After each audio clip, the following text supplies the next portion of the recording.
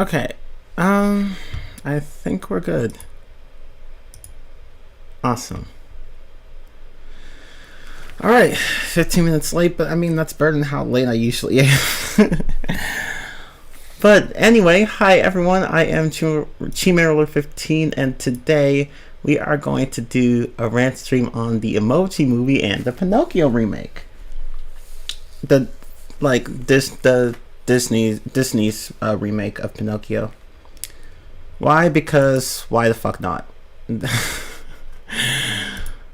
So I recently watched the Emoji movie, and I'm sorry, but even just saying the Emoji movie makes me laugh. Like, even the title itself is stupid. But I recently watched the Emoji movie and the Pinocchio remake, and I even went and watched the original Pinocchio film. So I watched both the remake and the original film on Disney Plus, and the Emoji movie on Blu-ray. Yes, I actually have the Emoji movie. Why? Because I collect both good and bad movies. Don't at me. Don't judge me. But yeah, I watched all three movies, and okay, I didn't. Okay, so I didn't hate. I didn't hate these movies as much as I thought I was going to, because I knew that people really, really didn't like them. But they're still just they just suck. They suck. They still suck. I don't watch Cobra Kai. I've heard about it. I've just never watched it. Okay, so let's just start with the film chronology. So you have the Emoji movie that came out in 2017, and the Pinocchio remake came out in 2022. So yeah, I don't know exactly when it came out this year, but it was sometime this year that the movie came out.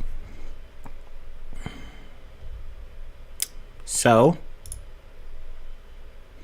okay, so let's go ahead and start with the Emoji movie. It's unarguably the worst of the two. It's worse than the Pinocchio remake by a large margin. If you thought the Pinocchio remake was bad, oh no, you have not watched this movie. Okay, so where do I start with this one? Because it's a very wow. Okay, how do I start with this one? I'm probably not gonna like be screaming about it or be like shouting about it or anything like that, because again, I didn't hate it as much as everyone else did, but it still sucks. It still sucked. Okay, positives. Well, I mean, it had an okay moral. It had a decent moral. Even if the story was too shit to actually utilize it properly, it still had a decent moral about, just being yourself, and not being ashamed of being who you are, and that's basically the message that the film wants to express, but just fucking. But it does do that, but like, oh my god. Okay, so like it expresses the moral, but the story is so bad that at this point you just can't be bothered to care. But yeah, the animation. I thought the animation was good. The animation was good. I mean, there's that. Like, it was, I wouldn't say it was great, but it was good. I mean, everything. I mean, I like the characters moved pretty fluidly and expressively and whatnot.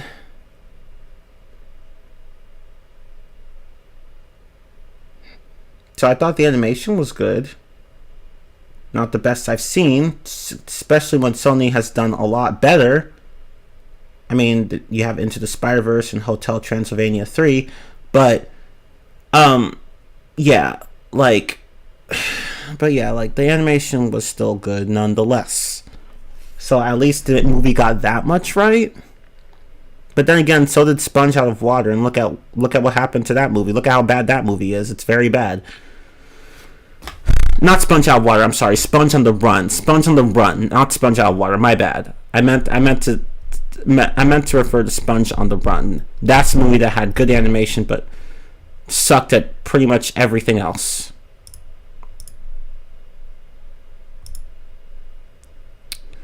Okay. But yeah, I think that's really. Oh, I like the music. The music was decent. I liked it. That was decent. Like they picked some good tracks. Like Feel This Moment from Pitbull and Christina Aguilera, among others. Although there were some tracks that they should not have included, like Nobody Knows I forgot what the rest of the title is, but that song was butchered in this movie. Along with the Rihanna song her song Diamonds.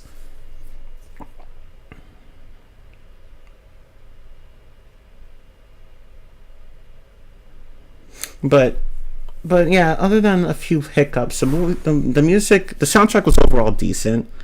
So, I mean, so the animation was good, the music was decent, the moral was decent. That's really all I can say regarding this film. That's really all I can say. Halloween movies? Which Halloween movies? Or are you talking about the ones from Disney, like Halloween Town movies? No, you probably aren't referring to those, because I barely remember those. In fact, I don't even think I watched. I don't even think I've watched all 4 movies except for the third one. The third one I have not watched because I got bored with it. But anyway, but yeah, that's really all the Emoji movie has going for it. So let's just go to the negatives. Because really, I know like a lot of people really like tearing this movie apart. So, oh, hi Thomas. The one with Michael Myers. Oh no, I don't think I've seen those. But yeah, let's get into the negatives. Okay, so this kind of ruined the film. This isn't the only thing that ruined the film for me. A lot of things got on my nerves in this movie. Okay, well, several things I should say. Not like a lot, but several. But that's only because there's so little in this movie in the first place regarding plot. But anyway. Okay, so one thing that really annoyed me about this film is James Corden, who plays the character High Five, the hand emoji that the main character Gene befriends on his quest to meet this hacker named Jailbreak so that they could run away to the cloud and she could live there and make Gene a normal emoji because for some reason he can express more than one emotion. Well, this character High Five, aka James Corden, James Corden, that talk show host who does carpool karaoke shit,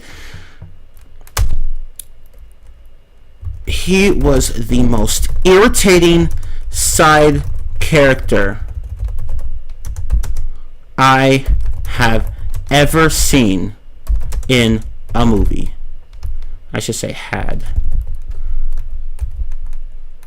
Holy shit. Like, I'm sorry, but James Corden. Okay, so let's talk about James Corden for a moment. A lot of people really don't like him. I myself, up until this point, up until I watched the movie, I myself did not care for him. I didn't hate him, nor did I like him. I was just like, I don't care about him. Like, I'm pretty indifferent to his stuff. Like, I know he's a talk show host. I know he does carpool karaoke. I don't really care much for. I just didn't care much for him. But I did know that people really, really didn't like him, and I had never understood why until I watched this movie. James Corden is so fucking loud and obnoxious whenever he's in the movie. Just loud and obnoxious. Just irritating. Like ear-raping dialogue. Just completely irritating to listen to. Holy shit. Every time High Five talked in the Emoji movie, I wanted to tell him to shut up. I wanted to tell him to shut up. He was so unbelievably annoying, thanks to his unbelievably annoying actor. Holy shit. Like, I was like, okay, I can see why people don't like James Corden now. I can see why now.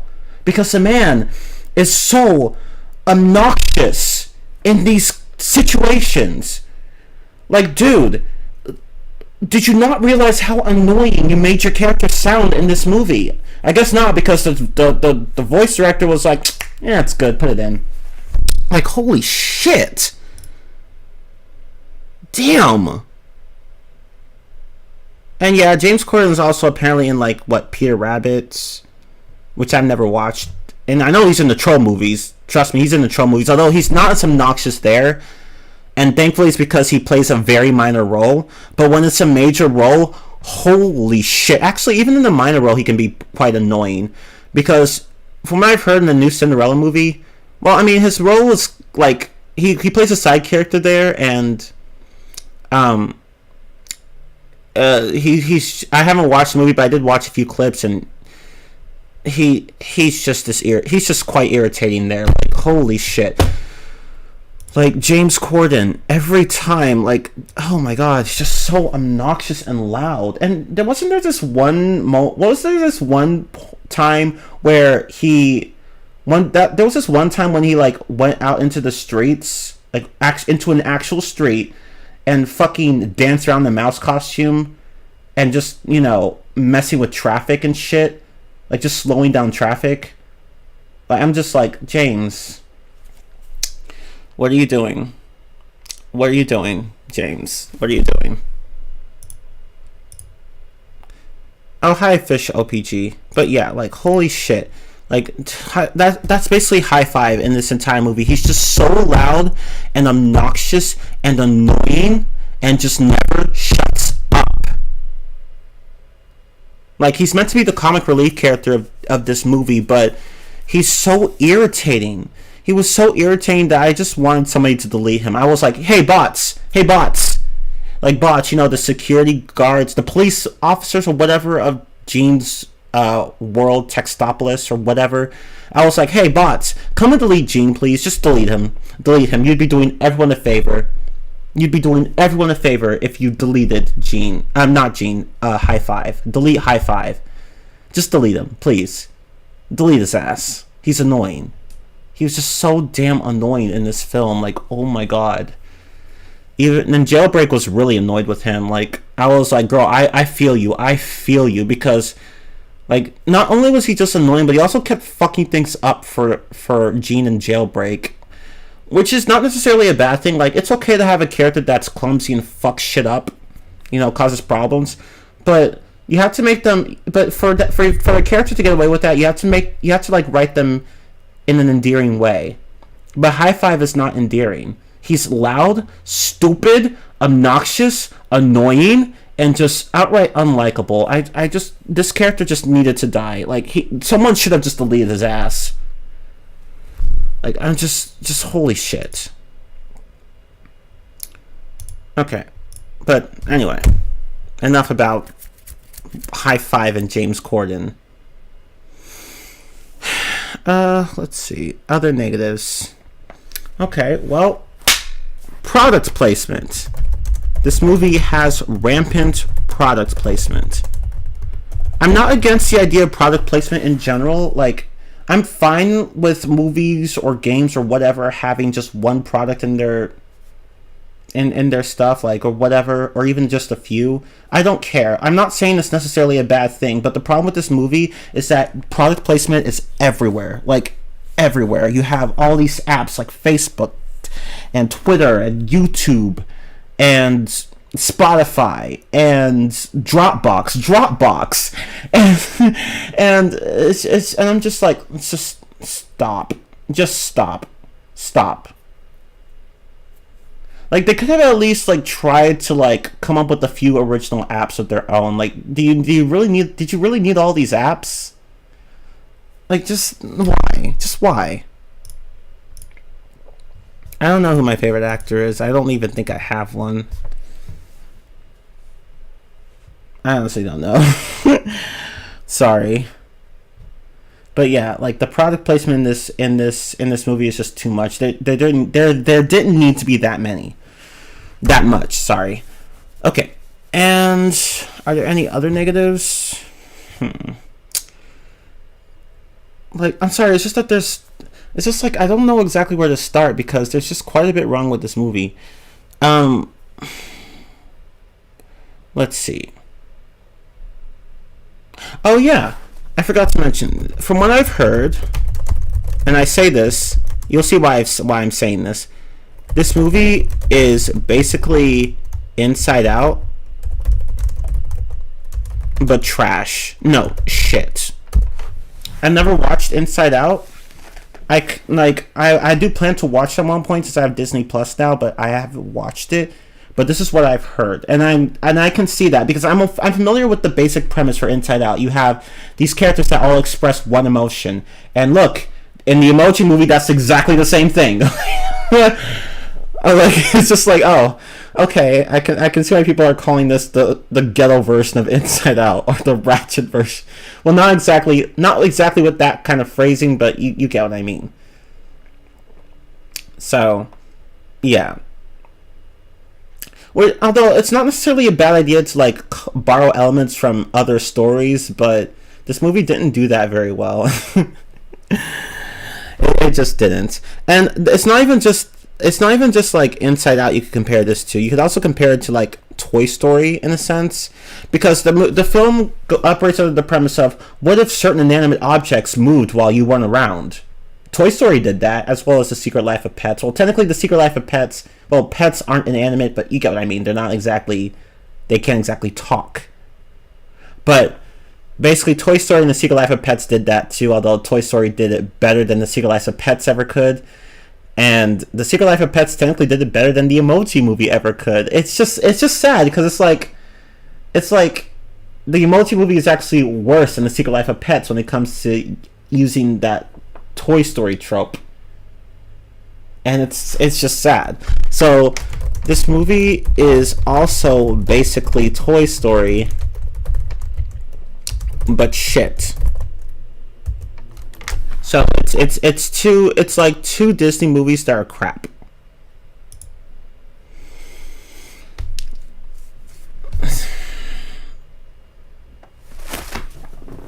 So yeah, I'm sorry, but here's the thing. Like, no, okay, so let's look at Toy Story for a moment, right? Toy Story asks the question of, what do your toys do when you're not around? Okay, that's an interesting premise, and it could actually lead to some interesting adventures, which it did. Okay, so that works. But here's the thing. If you apply the same logic to the Emoji movie, you'll find that it just doesn't work. Because, okay, so with the Emoji movie, Sony asked the audience this: what do your emojis do when you're not using them? Okay, so the problem with two questions like this is that I can see people asking the first one about Toy Story, about toys. I can't see people asking about the emojis, like wondering what they do when you're not around. Nobody cares about that. Nobody gives a shit. Like, this was literally a question that nobody was asking. With the whole Toy Story thing, yeah, I can see people asking that question of, oh, what do your toys do when you're not around? But with the Emoji movie, it's like, what do your emojis do when you're not around? Who cares?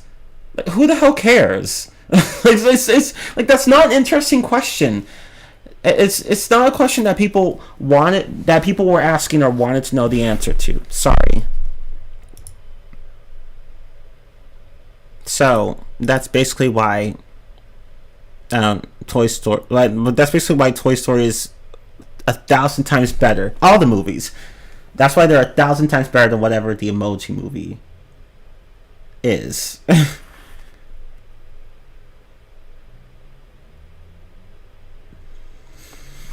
But anyway.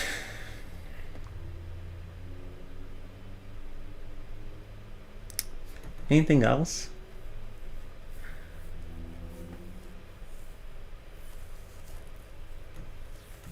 Oh yeah, the humor. The humor is absolutely dreadful. Let me just stick with the present tense because I keep fucking. I can never keep my tenses consistent. Okay, there we go. This movie, I mean, sorry, the humor is just dreadful. It's absolutely awful. Like, most of the jokes did not make me laugh, and the ones that actually did have an element of funniness to them, a modicum of funniness to them, I only smiled at best. So or even chuckled. So there were a few moments that made me chuckle, but for the most part, this movie was just not funny. Despite having so many jokes, they all fell flat. And once again, you can tell that the writers had never written a joke before. If your humor is so bad to the point where only a few jokes at most will make your audience laugh, then it's a sign that you really don't understand how humor works. So, yeah, the humor in this movie just outright sucks. Especially regarding the character High Five, or whatever, however you spell his name, I don't even know. It could be like High or whatever. Like he was a comic relief character, right? But he was so loud and obnoxious and irritating, and like that certainly didn't help his relief. His character as the comic relief, and this is further compounded by the fact that a lot of the jokes, because he's a comic relief character, a lot of jokes are going to involve him, but none of them actually land. So High Five isn't a funny character. Despite being a comic relief character, he's just not a funny character. If anything, he's a joke. He's not part of jokes. He's a joke himself. He's a joke. A very bad, tasteless joke. This character is just not funny. He's not funny. This movie's not funny. Nothing is funny in this movie.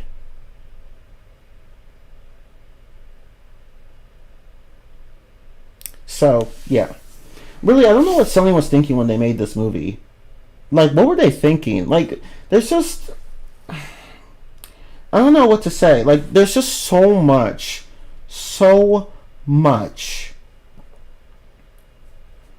that there's just so much that they messed up on. So much. Like, you fucked up on the humor. You fucked up on the plot. You fucked up on the characters.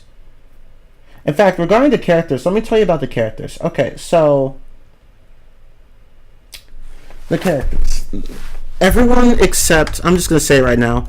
Everyone except Gene and Jailbreak is an irritating shit stain. And no, I'm not just talking about the poop emoji or his son. No, literally every character except Gene and Jailbreak is an irritating shit stain in this movie, or boring, irritating or boring. Let me say that, irritating or boring.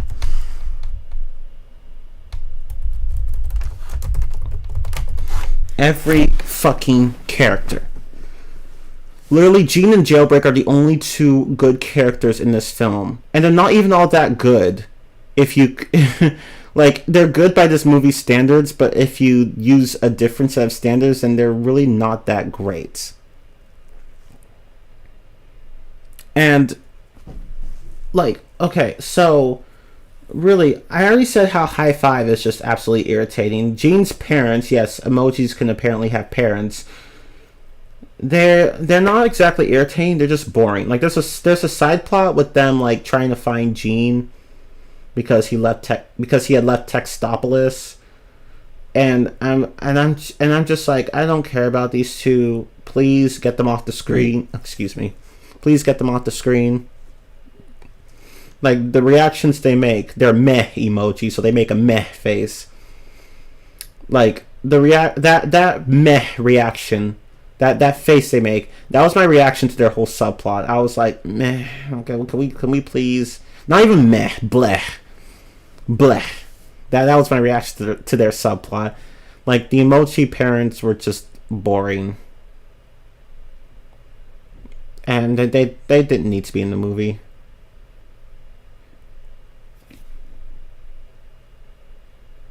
Like, or at least, like, if they were going to be in the movie, they could have been made more interesting, but whatever. And the villain, her name is Smiley, I think. Smiler? I think it's Smiler? I don't remember. Nor do I care to look it up. But, you know, she smiles all the time, of course. And she wants to make Textopolis as perfect as possible. Like, everyone should just be in their roles and do exactly what they're meant to do. And if anyone, you know, fucks up this order, then it'll be the end of Textopolis, to her anyway. And she's just irritating as well. I just don't like her character. She's not. I don't like her character. Like, to me, she's just not a good villain. Like, if anything, she's irritating. Like you can make villains good, likable characters, but Smiler isn't likable. She's just annoying. It's really annoying.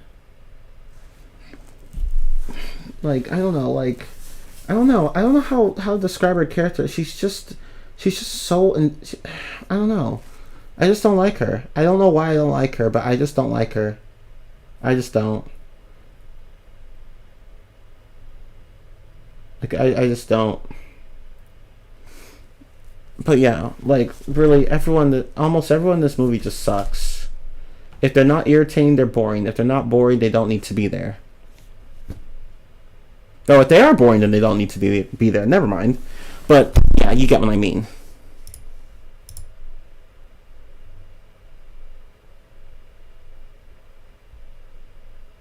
She doesn't have that much screen time. No, she doesn't. But I don't know why. Like, every time she showed up on the screen, I just wanted to, like, I don't know. I just found her really irritating. But anyway, it might just be subjective. I don't know. But really, like, even if you push aside what I said about Smiler, really, is there any character here that has any sort of depth other than Jean and Jailbreak? No, they're all shallow and one-dimensional. Which isn't necessarily a bad thing. Like, not every character needs to be three-dimensional. It's okay to have characters that have basic personalities or whatever. Like, not every character needs to have a deep personality.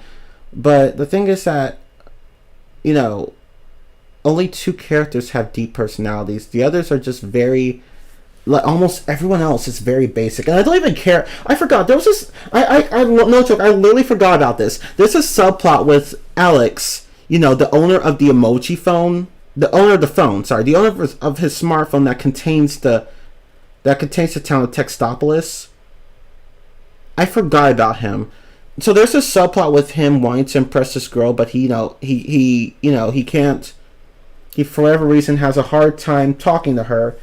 You know, like every other fucking teenage boy in fiction. So he's like, you know what? Let me just try texting to her, and I'll use my emojis. But, you know, shit happens in Textopolis, so Alex ends up using the wrong emojis in his text, and he just ends up embarrassing himself in front of the girl and whatever. So, yeah, there's that. So he has to just, you know, he's just struggling with trying to talk to her.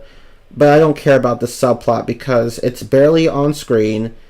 And honestly, I found the journey with Jean, Jailbreak, and High Five more interesting than whatever the hell Alex was trying to do with his crush. What was her name? Addie? Like, honestly, that subplot was boring. Just like the subplot with Jean's parents. There are like 3 subplots, but only one of them is actually a little interesting, at least. The other 2 just suck. So oops. So you could say that the plot is a huge mess, which it is. The plot's a huge mess. It's a mess. It's just like, again, you have two subplots that are boring, and then you have one subplot that isn't perfect but is at least a little entertaining. But even then, that subplot's kind of a mess. And okay, so another thing that I really don't like about this movie, I don't know what it is about fucking writers nowadays wanting to like force, like, insert female empowerment shit like literally everywhere they can, where to the point where they have their characters randomly say, "Oh my god, men are always putting women down," or "Oh my god, why do men always have to take credit for women's ideas?" or shit like that. Stop doing it.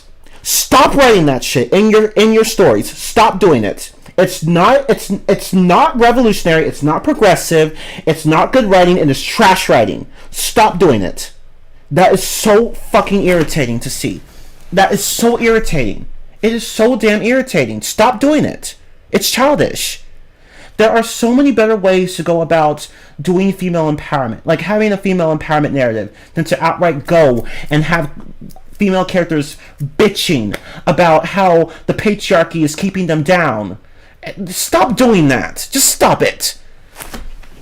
And I bring this up because the character Jailbreak, there are a few moments in this movie where she said, like, "Oh my god, like, men always gotta take credit for women's ideas," or "Oh my god, I want to like or some shit like that. She said there were a few moments where she said things like that, and I'm just like, wow, this is such bad writing. Like, absolutely bad writing. I'm just like, that's just really bad writing. Like, it's just very childish. And it doesn't make me want to like your character. It makes me want to hate your character. Just stop doing it. And another thing that I don't like about Jailbreak's character is that, okay, so towards the end of the movie, when she and Gina are finally in the cloud, or whatever, in the Dropbox app, what the fuck ever, she decides, she starts, reprogramming Jean's code. But while she's doing that, Jean goes up to her and tells her how he feels because he developed a crush on her, which honestly wasn't even that well written. Like, they literally just start falling in love out of nowhere. I mean, there is a bit of a build up to it. Like, I'm not gonna say that was instant, but these two didn't really have much in common, so I just found it hard to believe. I just didn't buy it. But yeah, like, Jean goes up to her and tells her about how he feels towards her. So he he does that, and Jailbreak doesn't reciprocate. She says, "I'm sorry, Jean, but I just..." Because I think Jean at one point wanted her to come back with him, but Jailbreak at this point is like, Jean, I'm sorry, but I'm just happy here, and we really should get you back home." Okay, so she doesn't want to be with him, and understandably so. Like, I'm not saying that she has to be with him, and Jean, understandably doesn't take this too well, and then actually ends up making a meh face. He becomes a meh emoji. He basically becomes dead inside. But for whatever reason, this causes Jailbreak to... Well, I mean, it makes sense as to why she'd be sad about it, but for whatever reason, this causes her to, like, go back to him and then express that she feels the same way towards him, and then decides to just stop living in the cloud just so, so that she could go back and make Jean happy or whatever. And I'm like, I don't like this because there's a really messed up implication here that where she's like, "Oh no, I friend zoned him. Let me go back and make him happy again at the cost of my own happiness." That's the message I kind of got from this scene in the movie, and it's just not a healthy one. Like, it's okay for somebody not to reciprocate your feelings, it hurts, but it hurts, but it's not the end of the world. So I didn't like that. I didn't really like that Jailbreak ended up, like basically sacrificing her happiness just to make Gene happy because he liked her. Like she didn't have to like him back. I mean, she did. She didn't kind of like him back. She did. She did like him back, but like she clearly didn't want to be in a relationship with him. But then she felt. It felt like she just went back only because she felt guilty or whatever, and that's not healthy. That's not how healthy relationships start. So really, it feels like she just went back because she felt guilty and whatever. It just no, just no. That's not healthy. That's not really healthy. And I've seen this thing happen in writing a lot. Don't do this either. Like, it's okay for your character to have unrequited feelings of love. It's okay. They're not owed anything. It's okay. Because if you make your character, the crush of your character fall in love with your character because, oh, it would be horrible if they didn't end up being together, that's just really immature, forced, lazy fanfiction level writing. Stop doing it. Just stop doing it. Please. I just stop doing it.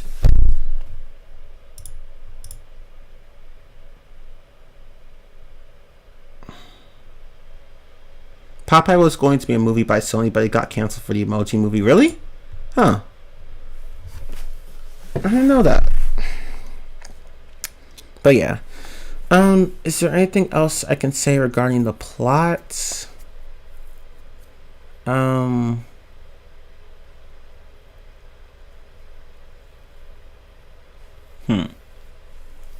feel like I might have covered all the major points.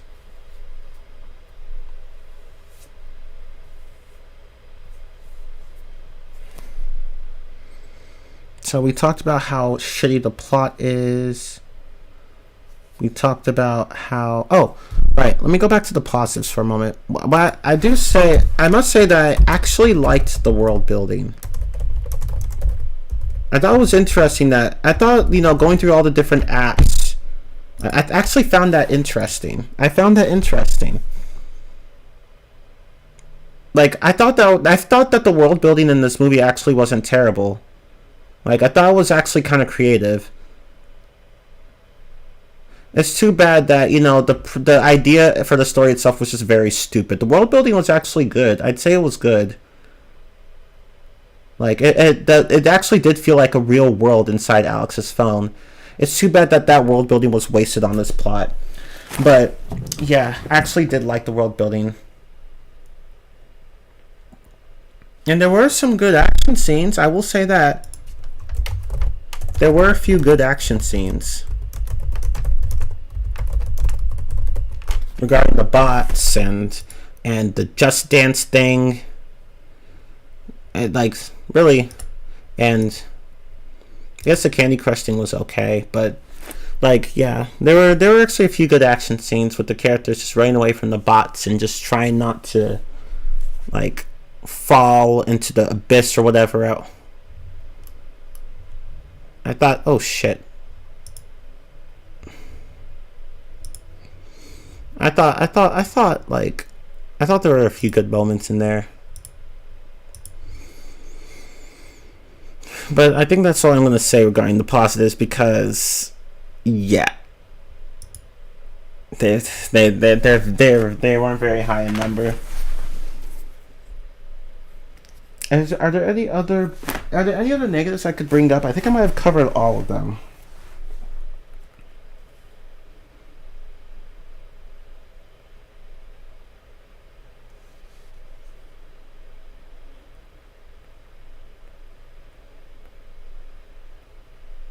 I love the thumbnail I picked for the video because it basically expresses how I feel about these movies.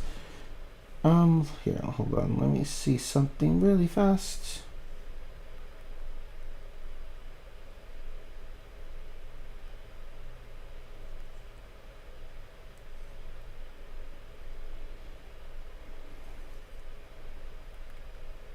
I'm just looking up something really fast. Hold on.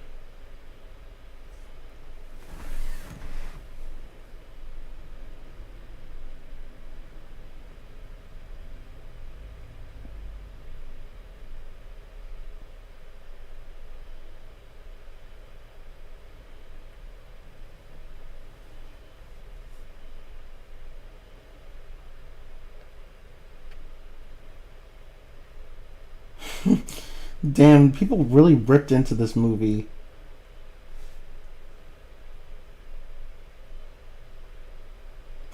One person even said this wasn't a movie. This doesn't count. Damn, people are ripping into this movie. Holy shit. Oh, damn.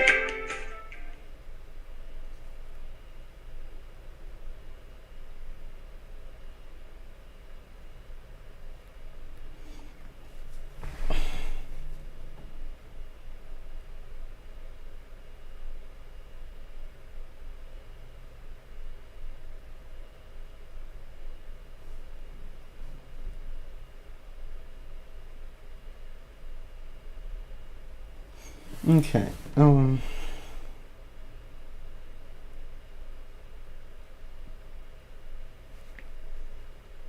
think I've pretty much covered all the negative points. There might even be more. I just can't think of any others right now.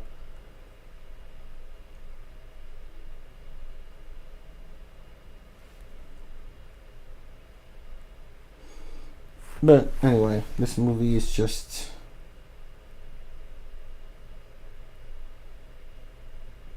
It's just terrible. I love this comment. Like, this comment says, the Emoji movie is not suitable for kids, misrepresents the way teenagers communicate, and insults adults by trying to slip by advertisements, leaving the movie with no real audience to please. That's another thing that... That's a good comment, but it brings up another thing that I've seen in a different review. This movie doesn't really know we don't really know what the audience is for this movie. You don't know what this movie you don't really know what audience this movie has. Like, this movie doesn't seem to have any sort of audience. We don't really know what it's made for. Is it made for kids, teens, adults? We don't fucking know. I'm assuming it was made for teenagers, but, clearly the writers didn't understand how teenagers worked. Because, like, what, do they think... you think teenagers really just that they're on their phones all the time? A lot of the time, sure, but not all the fucking time to where they can't just talk to a goddamn girl or boy. I don't fucking know at this point. Almost shamelessly a second-rate version of Wreck-It Ralph. Oh shit. Oh yeah. So it's like Wreck-It Ralph 2, but shit. Let me add that as well. This movie is like Wreck-It Ralph, but shit.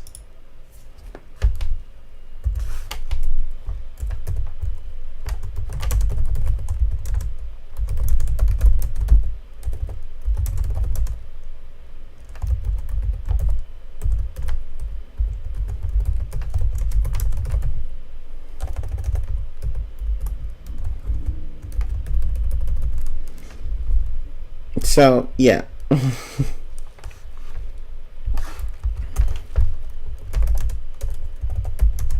But yeah, who exactly was the audience for this movie?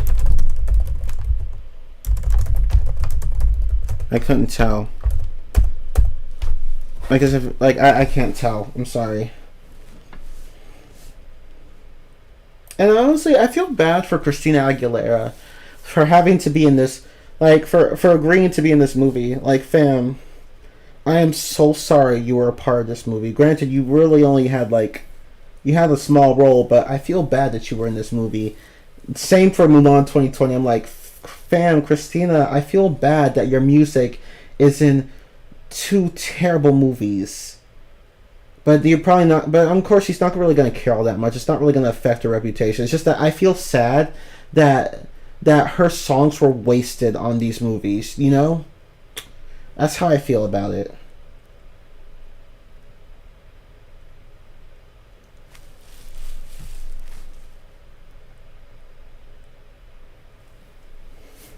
But damn, people really hated this movie. I didn't even hate the movie that much. It's just that it's not good in the slightest. It's one of those where it's bad, but I can tolerate it, Well, not tolerate it. I can't. I'm not gonna watch this movie again. I refuse to. But it's one of those where it's like you can watch it but barely. Whereas there are movies where you just can't watch, period. You know? That's how I feel about the Emoji movie. Oh my god, I'm so fucking tired. I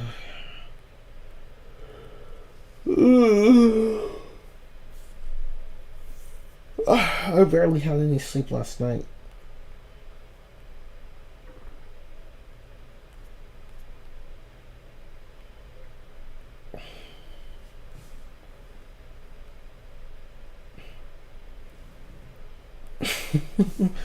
Oh my god, these reviews are so scathing. Like, they just rip right into the movie.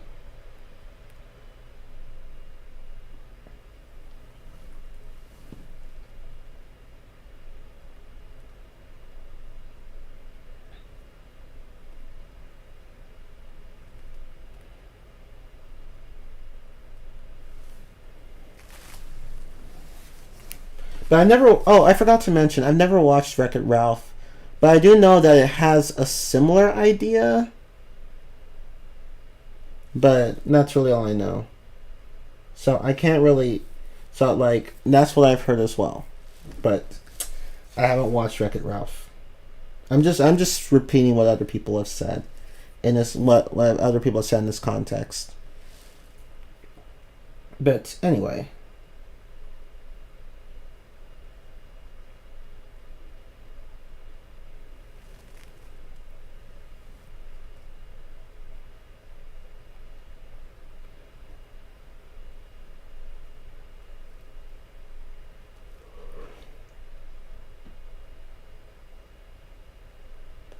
Oh yeah, and there's just one line in the movie that says the most important invention in the history of communication is the emoji.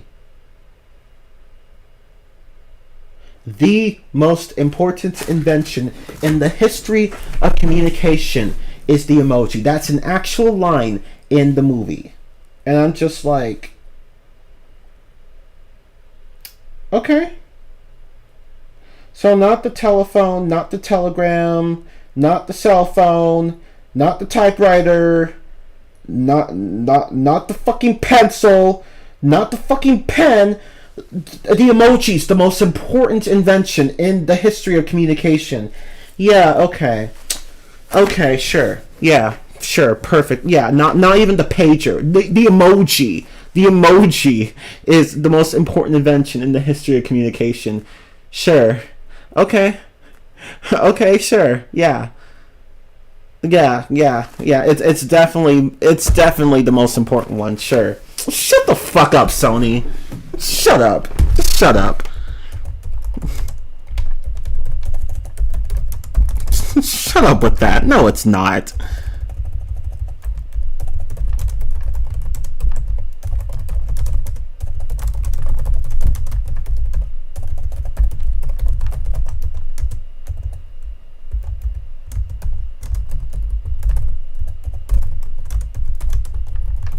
The emoji is the most important invention in the history of communication. Bullshit, my ass.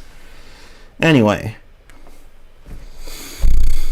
I don't know. I feel like have I ripped into everything in this movie? I'm not sure if I have.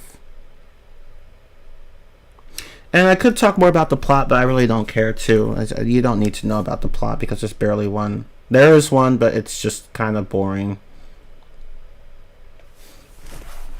Plot is a huge mess and kind of boring. Oops.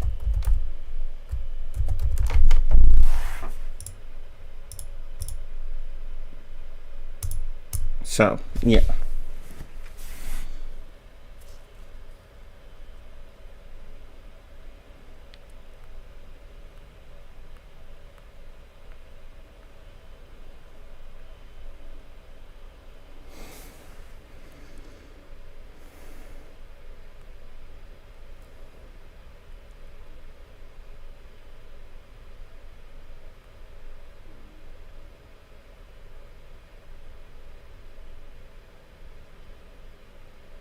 Oh, no joke. Even the fucking Emoji movie director and co-writer Tony Leondis, or whatever, however you say his name, He said that he took inspiration from Toy Story in a few interviews. And I'm just like, I can see that, but you fucked it up. Like, it's okay to take inspiration from other works of art. I don't care. Because literally that's what every work of art has done since the dawn of time. You'd be hard pressed to find something that's completely original. That being said, you took the Toy Story trope and used it in a way that was just very dumb. Because again, who cares about a world of emojis? Nobody was asking, oh, what do my emojis do when I'm not around? No.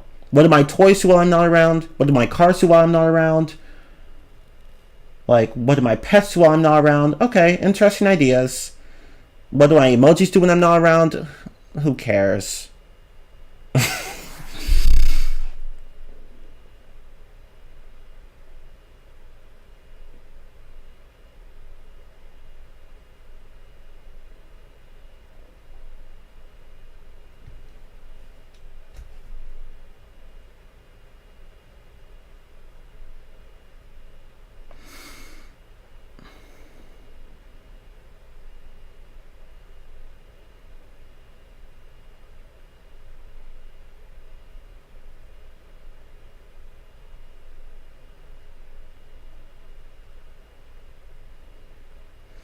I'm just reading other things here.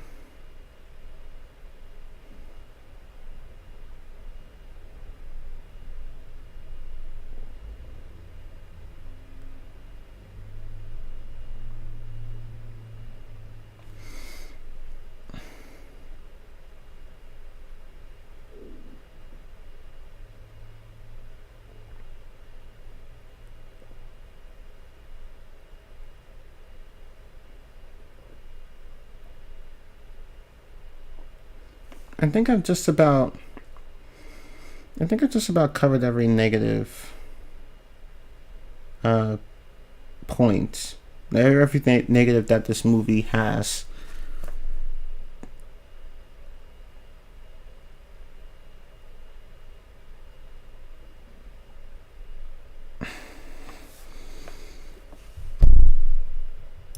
But yeah, I will say that another thing that I want to point out is that Jailbreak. As I said, Jailbreak is actually, she was actually kind of an interesting character, but she needed to be more fleshed out. I thought having an emoji that was a hacker, I mean, that was an interesting concept, but Jailbreak's character, we didn't really get much into her backstory or to her character. It would have been nice to have her more fleshed out. It would have been nice to have had that, but this is the Emoji Movie where you know, things are about as deep as a fucking puddle on the street. What can you do?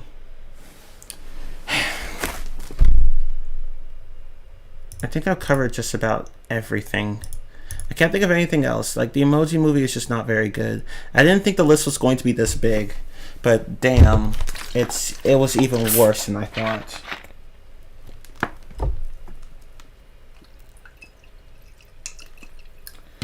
But yeah. Anyway, that's the end of the Emoji Movie. So I will say this. Okay, so as I said, it had a decent moral, it had good animation, and decent music, and I actually liked the world building, and there were a few cool action scenes. Unfortunately, the issues with the plot and the characters and the product placement, like, they all just ruined the movie. Sorry. I didn't hate this movie as much as other people did. Honestly, I don't think it's as bad as everyone says it is, but it's still very bad. It's still very bad. I don't think it's like the worst piece of film ever, but it's just not very good. I'd say The Adventures of Buck Wild is worse than this movie. Yes, I'm saying The Adventures of Buck Wild. The Adventures of Buck Wild is worse than the Emoji Movie. I'm going to say that right now.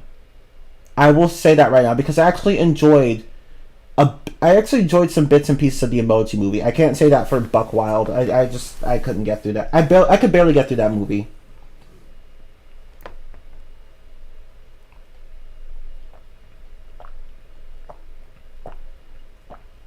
So what can you do? But yeah, that's the Emoji movie.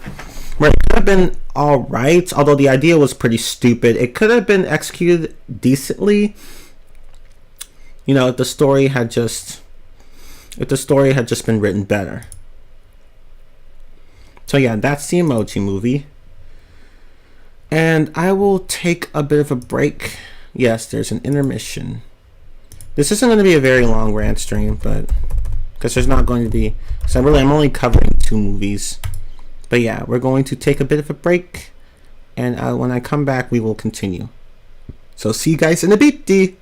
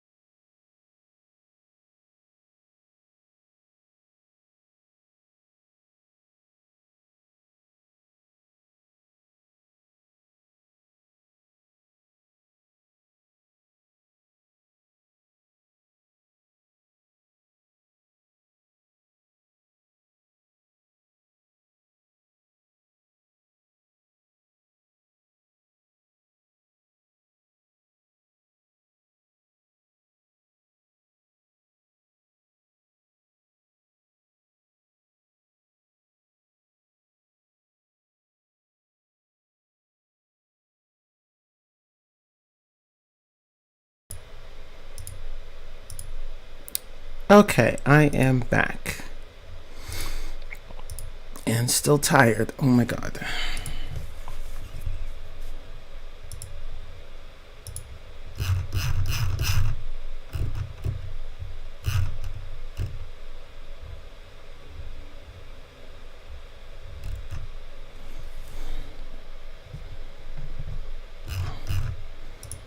Anyway, sorry, I'm just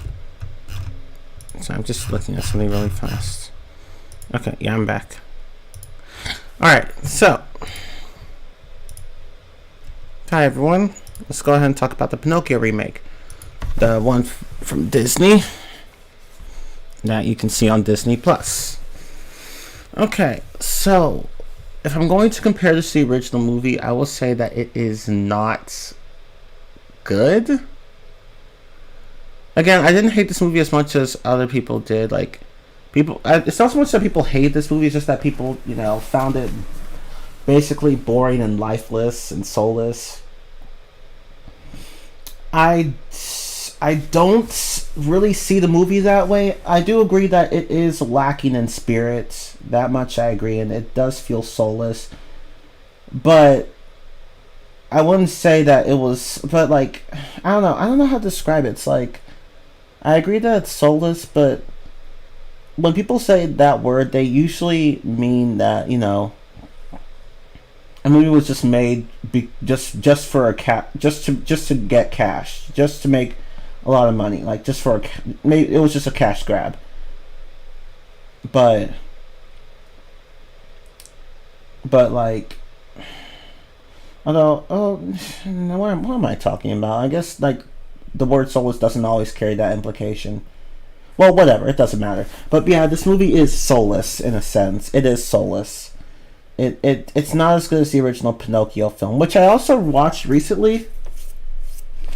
I watched it yesterday night, and then I watched the Pinocchio remake this morning. And yeah, the original film is miles better, like 1,000 times better. It's not even a comparison. With the live action remake,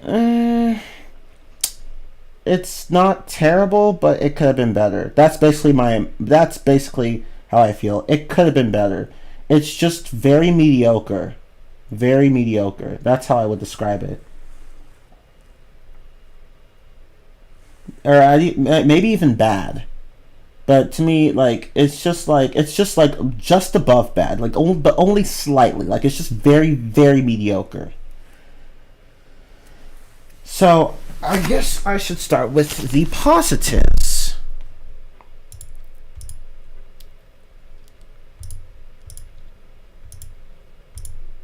I'm trying to okay. I guess I should talk about the positives. Okay. Oh, you hate the ending? I hate it too. We'll get to that. Don't worry. We'll get to that. Positives. Hmm.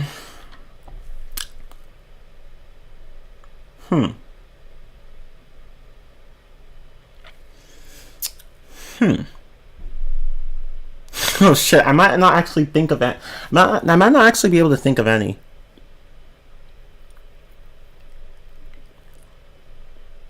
I mean, I guess the music was decent. There were some good tracks. Actually, yeah, I'd say the music was decent. Because there were some tracks... let me change it to good. Because there were actually some tracks I liked. There were a few new tracks in there. Some tracks weren't in there, but some tracks were. Like, they took out, like, a few songs and then put in others. I will say that the soundtrack was definitely a lot better than the original, but this one's still good.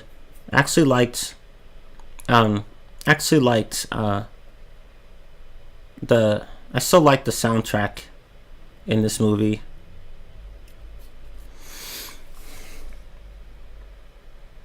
So yeah, I'd say the music was good, or let's just say decent. I feel like I might be giving it too much credit.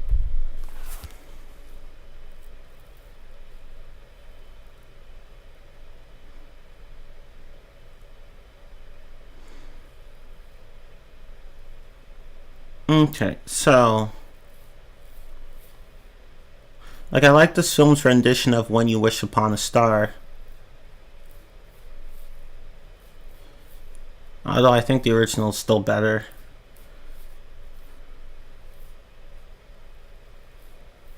I also like that scene with the. I like the song that played during the puppet section.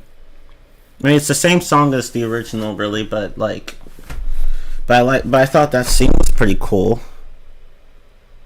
So I guess I could put that as a positive. The puppet show scene was pretty cool.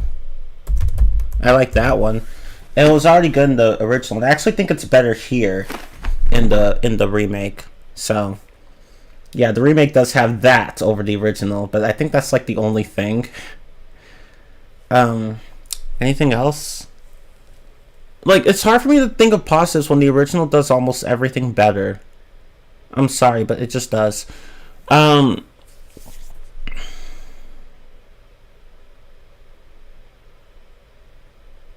Yeah, I'm sorry. I don't know.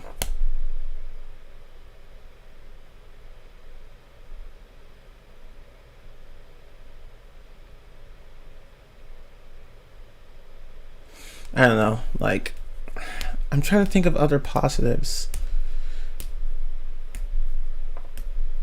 Oh, I guess I should explain why the puppet show scene was cooler in the remake, in my opinion. Well, they added like a few extra scenes with Pinocchio dancing with this girl puppet and him like dancing really fast to the music, which got out of hand. Like it got really fast because Stromboli messed up his, he messed up his machine, and it just made the machine go crazy.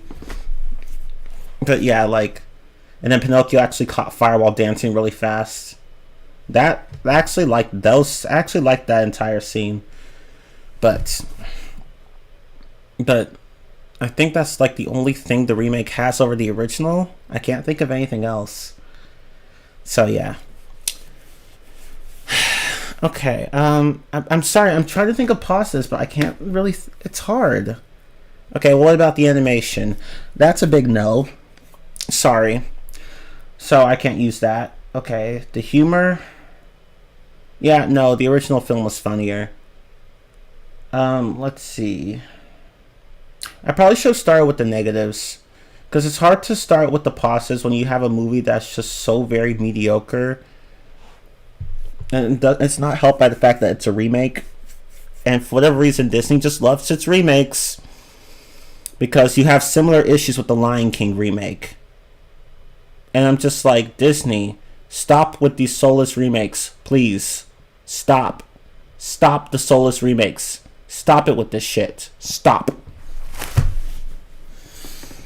But anyway, let's see. The plot. I mean, the plot's the same as the. Actually, no, it's not. It's not the same as the original.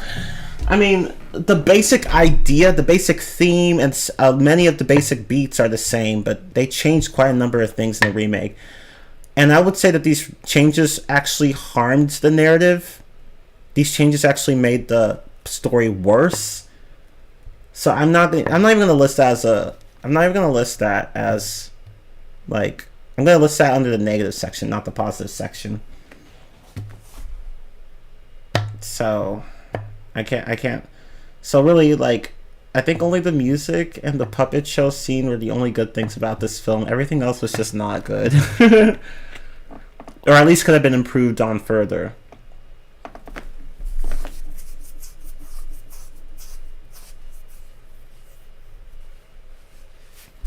But I'm trying to think of.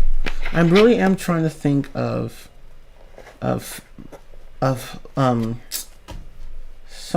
really trying to think of other things.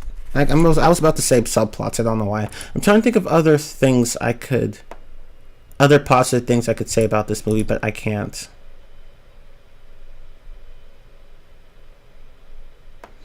Tom Hanks did good playing Geppetto.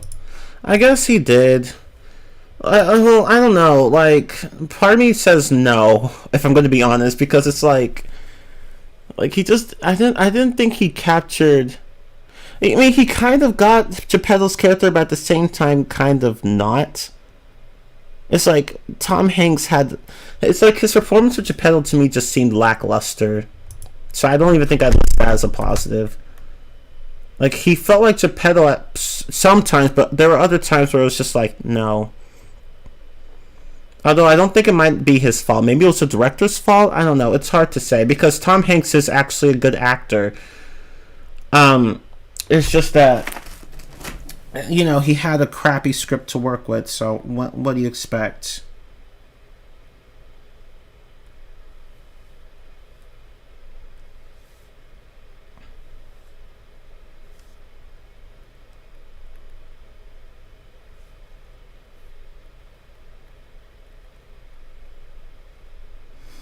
Yeah, I'm sorry. I really am trying to.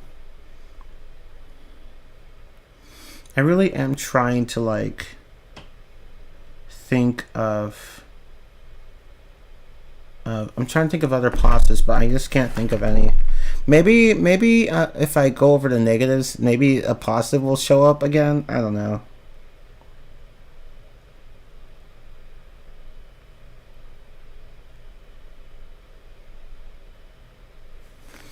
So I don't know.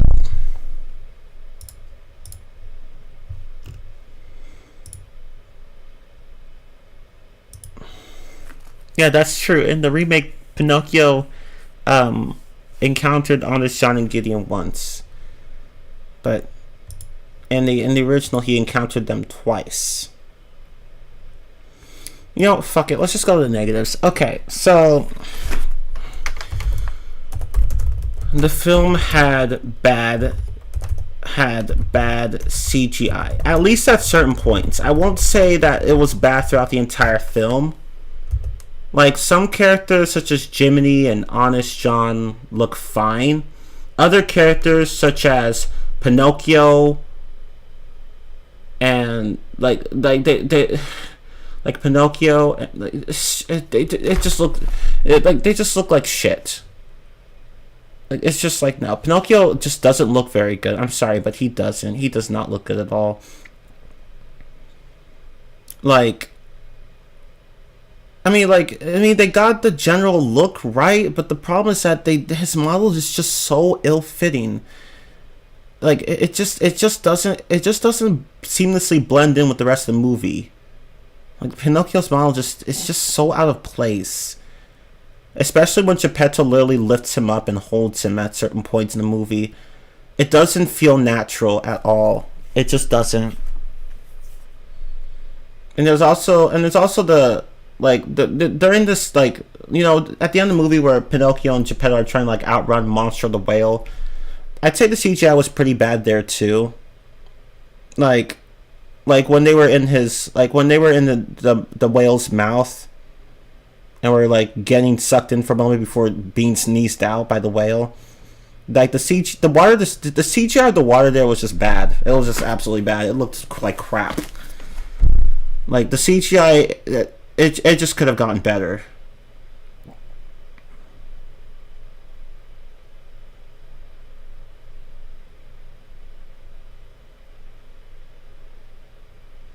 Oh yeah, Geppetto's song that he sang to Pinocchio before Pinocchio became a talking wooden puppet. Yeah, that one was not in the remake, which a lot of people didn't like, I think.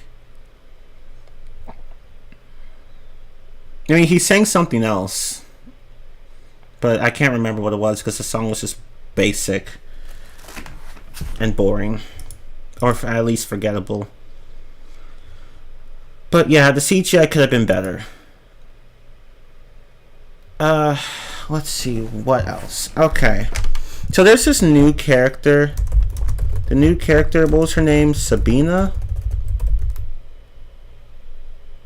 Like, and her, like, she honestly had no reason to be in the film. She was a pointless character. Like she was once part of this part of Stromboli's a group of performers. She was once part of that, but Stromboli wasn't treating them well, so she decided to like she decided to like rise up with the other performers and basically get Stromboli overthrown and arrested. Okay, great, but really, fam, like, did you barely had anything to do with anything in the plot? Like she just wasn't that important. She honestly could have been written out. It could have just been Stromboli and Pinocchio, like the girl Sabina with her injured foot or leg or whatever. Yeah, she's kind of crippled. Um, like, fam, you did not matter in this movie. Like, she exists to like give some like to have so that Pinocchio could like have someone to bond with while being in Stromboli's group or whatever. But really, like, she didn't do much in the story. She didn't really amount to anything. Like, at one point she was going to help Pinocchio escape, but Jiminy does it himself. So it's like, what's the point of this character? Like, what's the point of this character? Like, why is she here? If Jiminy's gonna save Pinocchio from like help him escape Stromboli's then what's the point of having Sabina here? Because she literally said that she was going to do the same thing, but she ends up not doing it. So she felt like a waste of a character. And she does appear later after Pinocchio and Jiminy escape Stromboli's wagon or whatever. They do meet up with Sabina later, like at the docks or something. But really, she felt pointless there too. So, like, why was she even written in this story? Like what was the point of putting like why I never understood why writers do this. Why would you create characters in retellings of stories that don't end up getting used? The characters, I mean, like you write a character, you put them in this new version of a story, and then you end up not using them, or just like I just don't get it. I've never understood that. Like, just like, you're just wasting your characters. Like, why are you doing that? Oh, so her name was Fabina the girl. My bad. I had a feeling I got her name wrong, but I couldn't care less to look it up. So her name was Fabina. My bad. Fabina. Thank you. Thank you for correcting me.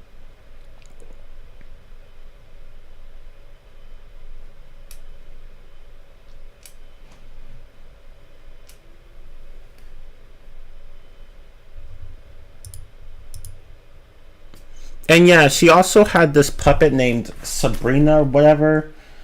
And she used that to talk to Pinocchio. Because for whatever reason, Pinocchio, I don't fucking know. It's like, so like she does directly talk to Pinocchio like towards the beginning of the movie, but then after he gets trapped at Stromboli, after Pinocchio gets trapped by Stromboli, he just doesn't want to talk to any more humans. So Fabina uses her puppet to talk to him instead, and I'm just like, and for whatever reason she keeps doing this even when they meet up again at the docks, and I'm just like, fam, you can just talk to him. You can just talk to him yourself. You don't need to use your puppet to do it. Like, just talk to him yourself. Like, the puppet's not necessary. Like, what was the point of this character? I don't even know. I just, like, her character was pointless and her puppet was equally as pointless.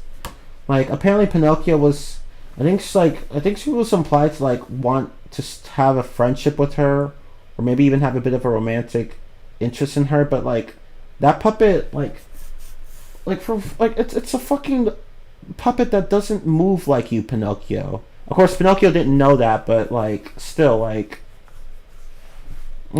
fam, that she was just a regular puppet. Like, how exactly is Pinocchio supposed to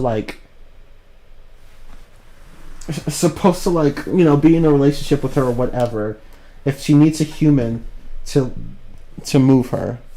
Like, it just made no fucking sense to me. It just you could have just made it a human girl. I don't know. It's just stupid. But yeah, this new character was pointless. I feel it would have probably made Sabina. I'm sorry, Fabina. What would have made her a better character was just to have her and Pinocchio and even Jiminy like outright go and just toss Stromboli out of his wagon or whatever. Like all three of them just gang up on Stromboli and then just yeet his ass out of the group. Like just do that. And then she can spend more time with him and then lead the story. Like I felt like that would have been better because she literally just fucks off and never does anything again. Like, because she wanted to save him at first, so why not just have her do it along with Jiminy? But no, Jiminy ends up doing it himself. So it's like, what's the point?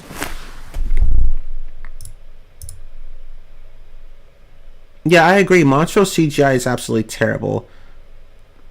Yeah, not just Pinocchio CGI, but Montrose CGI was also pretty bad. Just absolutely awful. It just sucked. Okay, so let's address the... This is probably the biggest problem with the movie. There were several changes...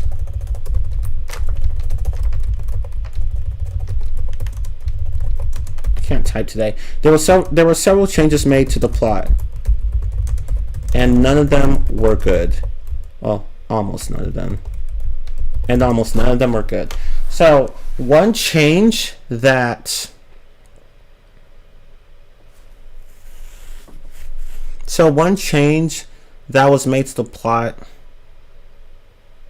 was how Honest John and Gideon, Honest John and his companion Gideon, those two talking animals, like, they show up only once in the movie.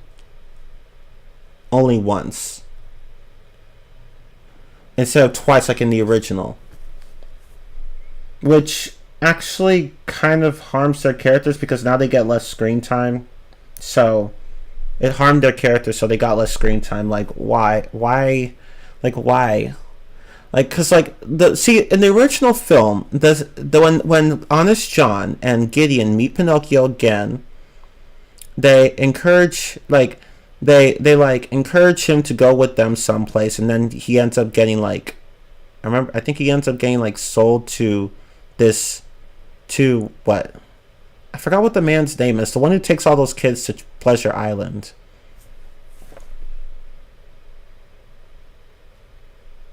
I don't know. So, but yeah. So it's like you kind of just cut down their screen time because they were actually kind of interesting characters in the original, but they get less screen time here, so that was a bit off-putting to me. Yeah, the coachman, that was his name.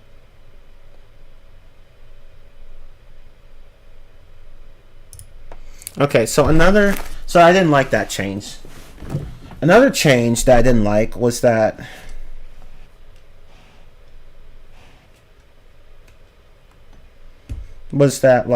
okay, so Pinocchio went to school in the original film. He didn't make it to school, but in this one he made it to school thanks to Jiminy's help, but then got kicked out because he was a puppet and not a real boy.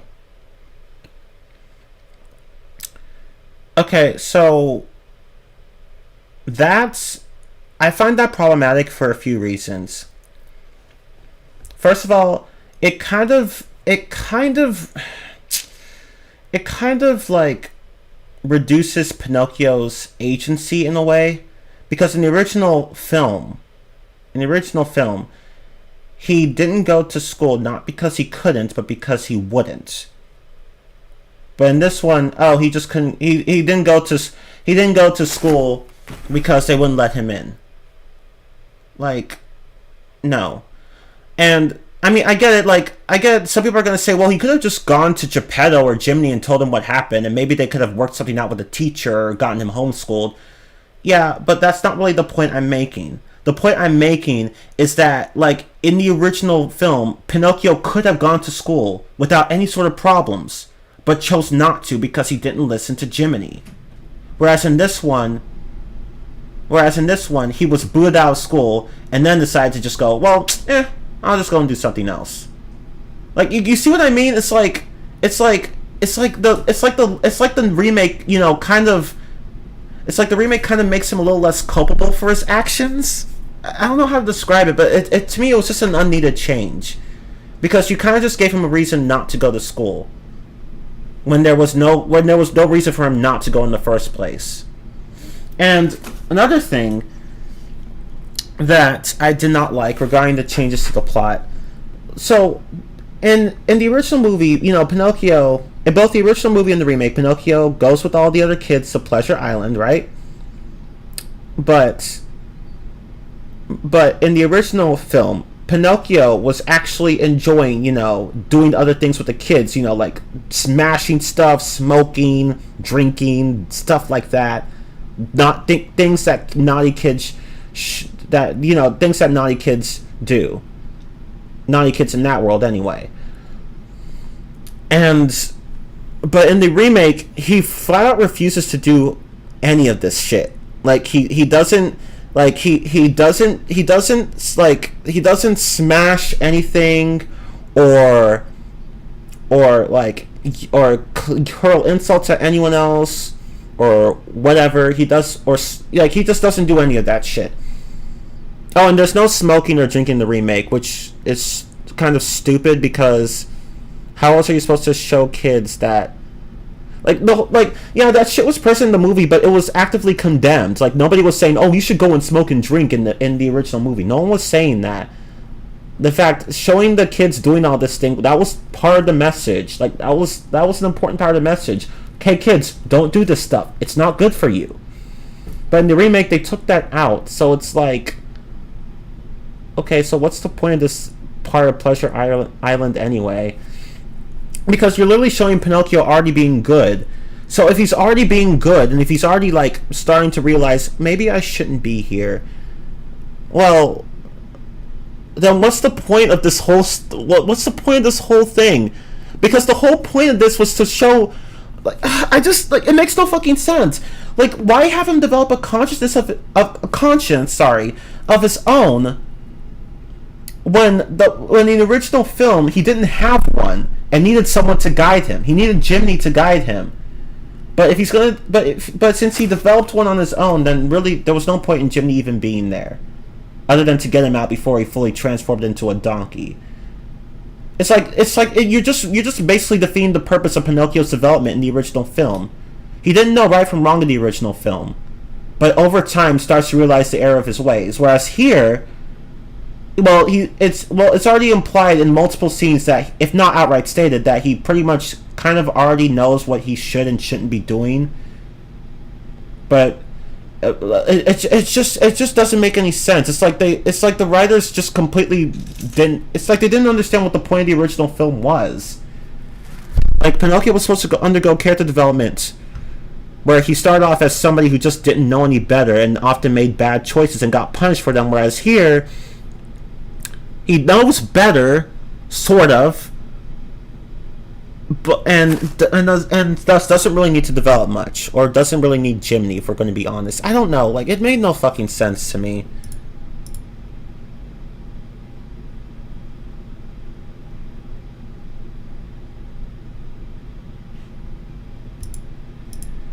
Like, it's like, seriously.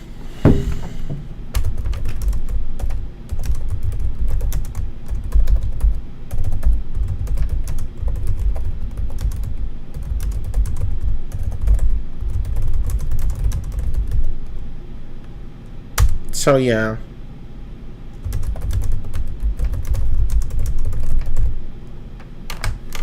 So yeah, I didn't like that basically the film was trying to give Pinocchio his own conscience, when that kind of defeated the point of his character. Because it's like, the whole, it just didn't make any fucking sense. So thus it's like, okay, so if Pinocchio barely did anything bad, then why turn him into a donkey? Why he turn into a donkey? He didn't smash any of the shit on Pleasure Island. Yeah, he shouldn't have gone there. He could have left. Like, he was, like he literally could have just left. He literally could have just left the coachman and all the other kids, but they talked him into going. he could have left, but that was literally the only wrong thing he did. He didn't smash anything. He didn't smoke or drink or do whatever. Oh yeah, I forgot. They changed the drink from beer to root beer in the remake. So the kids were drinking root beer and not beer, which stupid. Like, there's nothing wrong with root beer. Drinking soda itself is not bad. Like, it's like the writers completely didn't understand what the point of the original film was. Almost as if they didn't watch the film. I don't know. It's just like they made some really weird writing decisions that just didn't make any sense. Making the kids drink root beer instead of beer, having Pinocchio not do anything bad on Pleasure Island when he did bad stuff in the original. Like, it just made no sense. Because basically the film is already making Pinocchio out to be a good boy who just occasionally loses his way instead of just being somebody who didn't know right from wrong and had to learn the hard way. You know? It just like, this film's writing, it just makes no sense. And that's the biggest problem with it, because it defeats the purpose of what made Pinocchio a good film and a good story in the first place.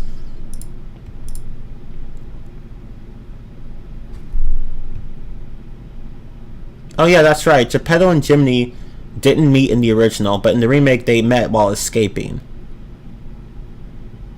Which I also found weird. But then again, it doesn't really bother me all that much because, like, in the original, it didn't really make much sense for Geppetto to never have, met or at least acknowledged Jiminy's existence.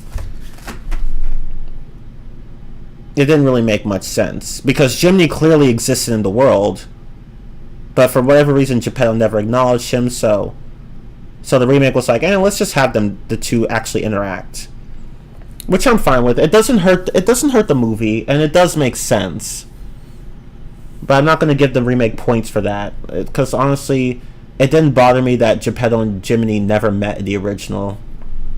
I found it weird, slightly weird, but it's just like, whatever. It didn't affect the story, so whatever. But yeah, like it's like basically Pinocchio's character development arc in the remake is like ruined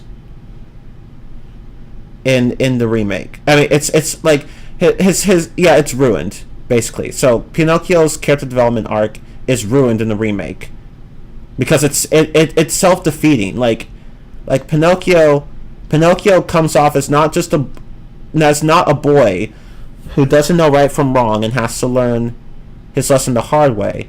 No, he comes off as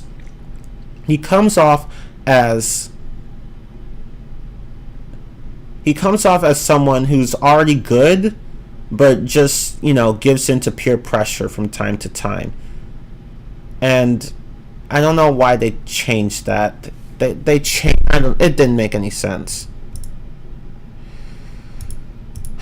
Okay, what else can I say?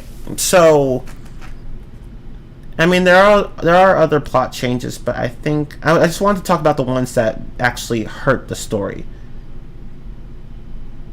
Whether it be like a small, like just small damage done, or a lot of damage done, like in this case here.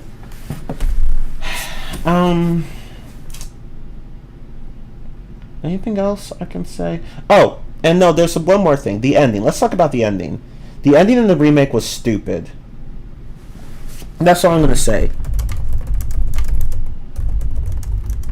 It was stupid. It was stupid. Because, okay, so for one thing, okay, so there was a chase with Pinocchio and Geppetto. They're running away from Monster the Whale, right? Just like in the original. They get away by running into this cave or whatever, just like in the original. Or they swam into it, whatever. Pinocchio, swam and took Geppetto there. Great. And they both wash up on shore. And Pinocchio, for whatever reason, is the one to wake up and to check on Geppetto and see if he's alright, and he is. And whereas in the original, Geppetto was the first to wake up, and Pinocchio was the one that was unconscious. So they switched to here. Okay, so that's not necessarily what I have a problem with, although I would have preferred that they had kept the original setup, but if they wanted to change it, then that's fine. But that's not the issue I have here. The issue is what happens after that.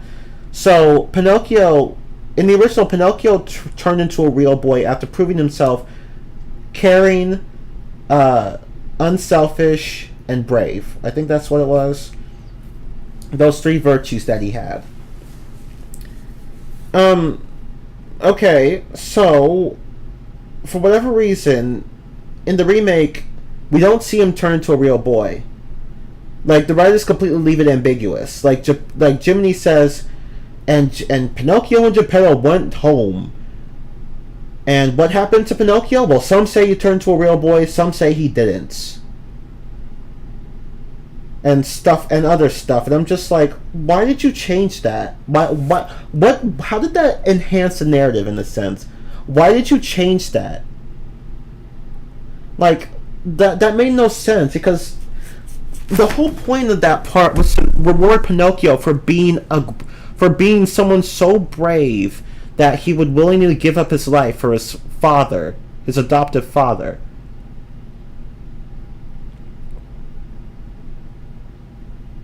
And it's just like, you guys didn't give him that here. Why?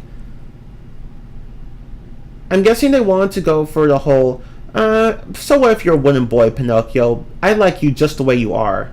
They're probably like trying to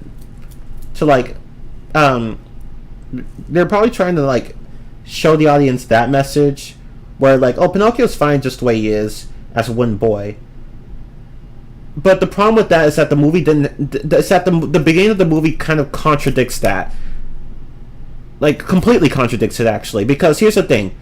Just like in the original, the Blue Fairy in the remake says, if you act caringly, unselfishly, and bravely, you will become a true boy. A real boy. So the movie at the beginning has a setup that makes you think, oh, Pinocchio's going to turn into a real boy. But then it gives you an ambiguous ending where he doesn't, or where he might not, and it's just like, okay, so if he might not get his reward, then why the hell even bring that up in the first place? It makes no fucking sense. If they didn't want him to like just turn into a real boy like in the original, fine, whatever. But they should have changed the setup to reflect that.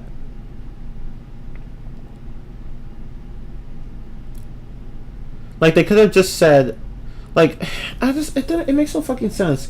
Like, they could have just left out the real boy part. Like, just make it so that Pinocchio has to be a good boy, or else something will happen, or whatever. And then that's it. Like, they did, like, don't even bother telling him that he can turn to a real boy if you're not even going to follow through with it. It just makes no fucking sense. Like, it's just, like, why change what wasn't broken? Oh, brave, truthful, and unselfish. Okay, so that's what it was.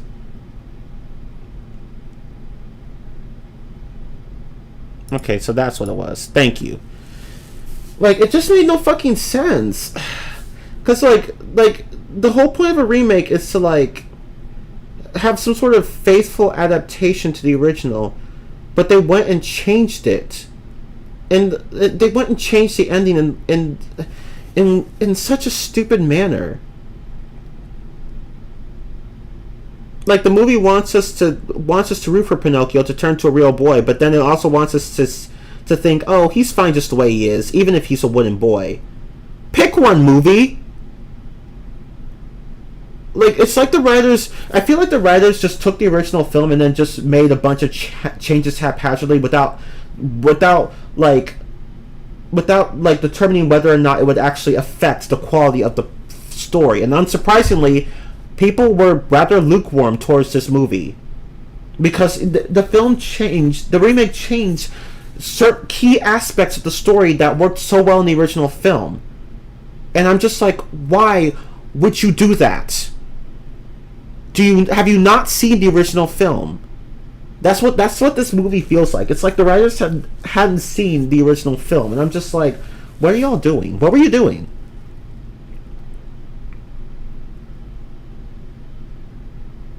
Like, Pinocchio was supposed to undergo a transformation from winner boy to real boy, and the remake completely spits all over that. I just, oh my god, shit. I don't know what to say. Like, it's just such like what's the,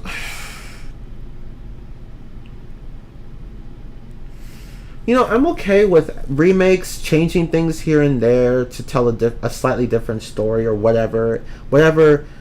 What, like, because at the end of the day, it's an adaptation, and adaptations change things, at least sometimes. So I'm not against the idea of having changes in the original story, because the original story wasn't perfect either. I can think of a few problems with it, but it worked pretty well for the most part.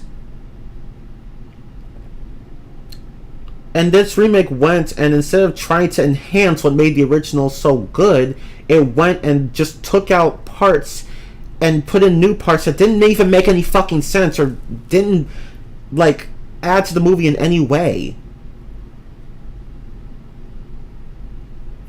So yeah, this movie is just I won't outright call it terrible, but it's not a good adaptation of the original film. It's not. I haven't even read the book.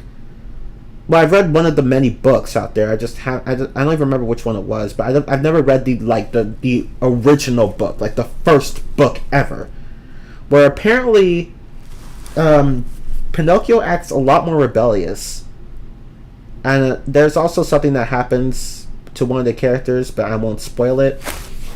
But yeah, really, like, it's like why even remake this movie if you're just going to change things that made the original work so well? You might as well be telling a different story if you're going to do crap like that. Yeah, I've heard that there's a Little Mermaid remake coming where the main character Ariel is apparently black.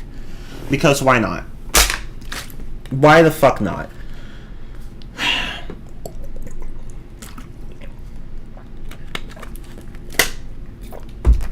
I haven't heard the Snow White remake though.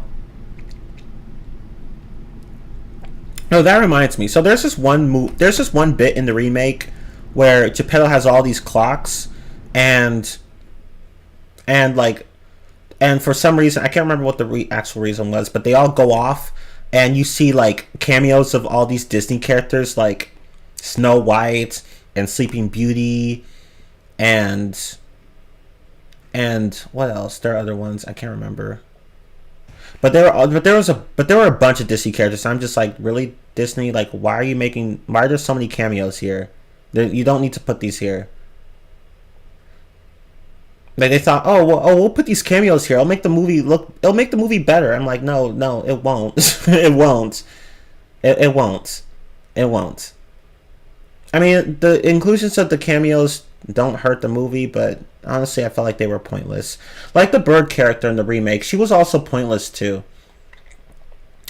Like, really, she exists just to give Jiminy and Pinocchio a ride to certain places, and to tell Geppetto that Pinocchio's run off to Pleasure Island.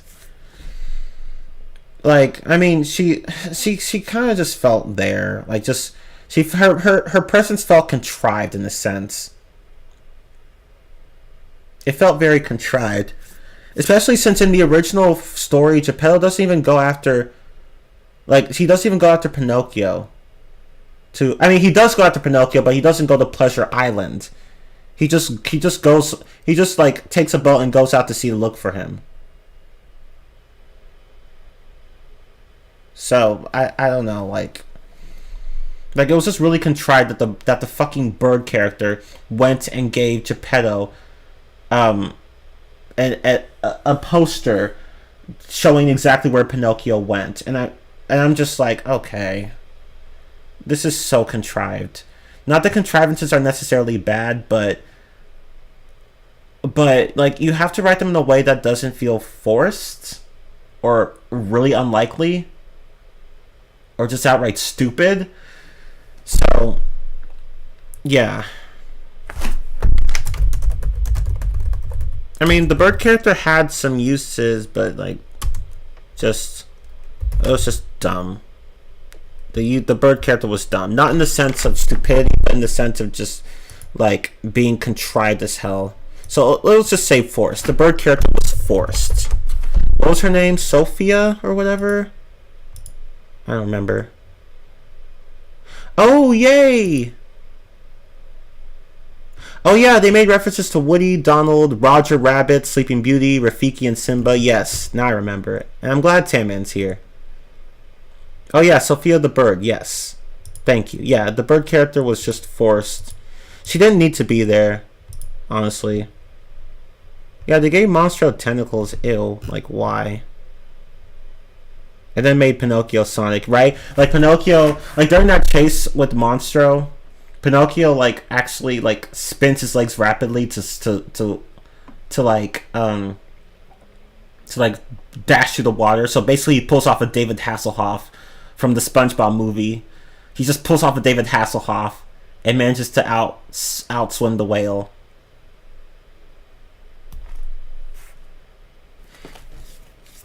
But yeah, this remake is just, it's not good. It's not terrible, but it's not good either. Sophia had only 4 minutes of screen time. She did, but I don't mean forces in like she had a lot of screen time. I mean forces in like they just put her character in there just so the plot can move. Like that kind of forced. That's what I mean. Like her screen time is not the issue I have. My issue is that she's just too convenient for the plot. She's just a vessel for plot convenience, basically. That's my issue with her. Because she honestly didn't need to be in the fucking movie.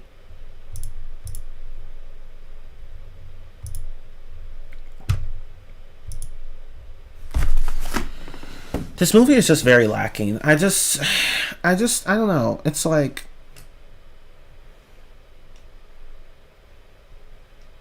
for one thing, they changed Pinocchio's character in a way that doesn't make any sense. They changed the ending in a way that doesn't make any sense. They add characters that don't actually add anything to the plot, or at best just act like major contrivances, and it's just a complete mess of the original story.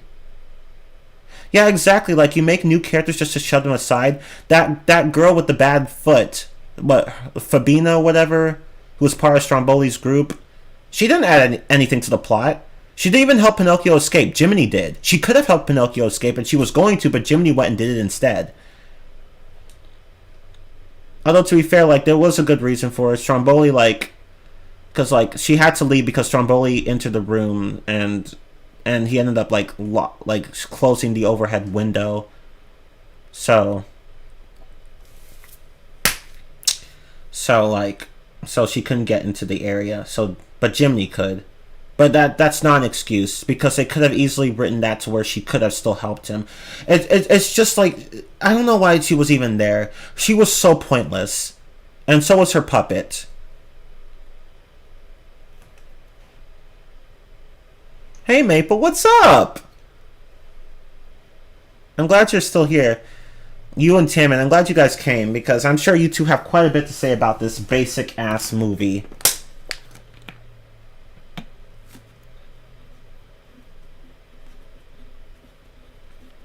Although the Lego Kid has already been, like, making good points in the chat, which I appreciate.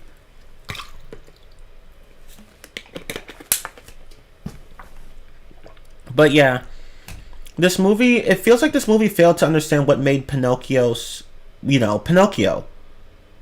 What made it such a classic film. Although it's not one of my favorites, I do agree that it is a good film. The original. Whereas the remake is just it feels like The Lion King, to where like they tried to capture the magic of the original but failed. It feels very much like The Lion King remake, except The Lion King remake at least, was more faithful to the original plot. This was not. So I will give The Lion King that. It's basic and boring, but at least it was faithful to the plot. Whereas this was just not. How's the ranting been? It's been pretty good. It's been pretty good. I've come up with a lot of negatives for both the Emoji movie and the Pinocchio remake. And I had a few positives for the Emoji movie. I said that it had a decent moral, although the story was shit. It had good animation, decent music. I actually liked the world building, surprisingly. But that's just me. And there were a few good action scenes, but that was it. For the Pinocchio remake, the only positives I can think of are the decent music and the puppet show scene. Which, that's it. I can't think of anything else. I'm sorry, but I just can't. I have a hard time thinking of other positives for the Pinocchio remake. I just can't.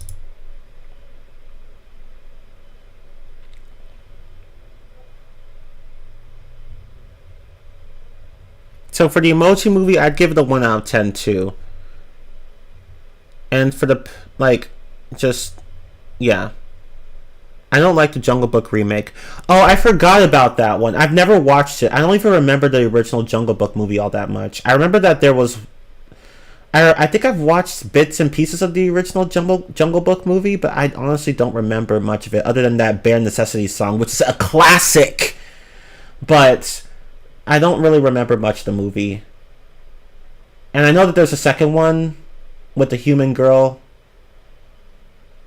I've never watched that one either. I mean, I can watch both of them now on Disney Plus, so yay. But I don't even remember the original Jungle Book movie. But the remake, I've never watched the remake. Although I've heard, I know people don't like it though. I know that people don't like it. I've just never watched it. Is the whale in the Pinocchio remake? Yes. And it is... It looks ugly. I'm sorry. It looks ugly as hell. The CGI is just so bad with the whale.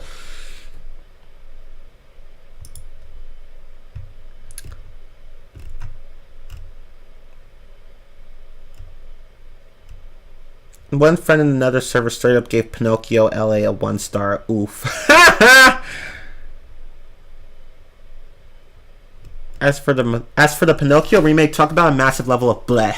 It's not my least favorite Disney live action remake, but it is one I find to be the most pointless and unnecessary. That's the thing about this movie. It is just very unnecessary. Which is not necessarily a bad thing.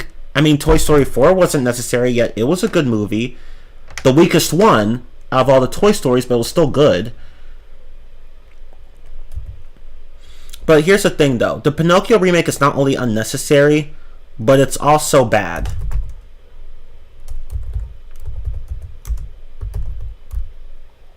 So it is not only unnecessary, but also bad. Or at the very least, just very mediocre. Oops. Like, it's just such a basic film.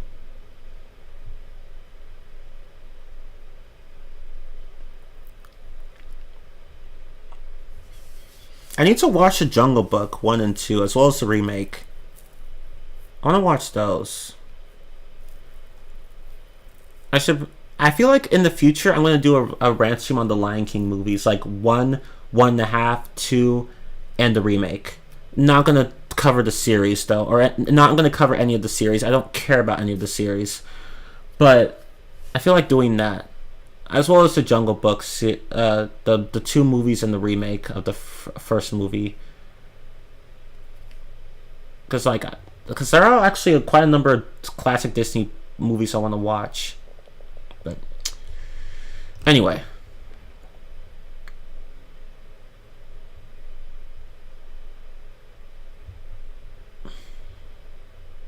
One and a Half is a classic. It is, isn't it? I actually enjoyed 1.5.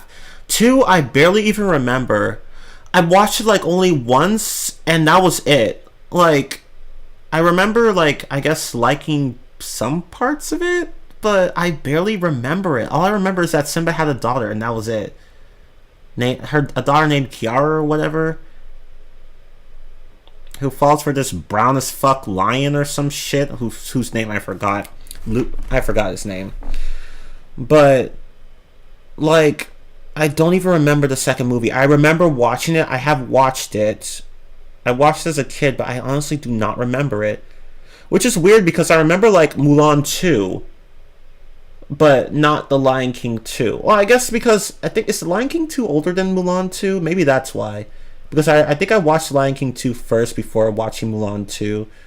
So that's probably why I don't remember The Lion King 2 very much, because like I was because that was like many years ago. But anyway, Kovu, that was his name.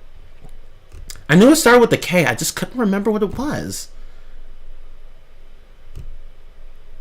For the Pinocchio remake, maybe a 4 or 5 out of 10. I don't think it's terrible, but there's just nothing remarkably good about it at all. Exactly. Exactly. At least with the other remakes, I could at least understand a reason to make them because of the nostalgia of the animated originals. The Lion King, Aladdin, Beauty and the Beast. Yeah, exactly. Like, there's nothing inherently wrong with making remakes because, you know, sometimes it's nice to have the original but in a different setting or in a different medium or whatever. And I'm okay with that. I mean, take SpongeBob SquarePants Battle for Bikini Bottom. It didn't need a remake, but a remake was welcome. I actually liked the remake. It had problems, but I liked it. So I'm not against remakes. Like, it's okay to have remakes because sometimes it's fun to bring the classics into the modern era. But with this movie, the Pinocchio movie, it's just like it just makes me wonder why. Like, that's the question I have for this movie. Why? If you're going to make a remake, you need to answer that question. Why should this exist? Why should this be a thing? What is it about this thing that would make other people want to watch it or play it or whatever, be it a movie or a game? And the Pinocchio movie did not answer that question.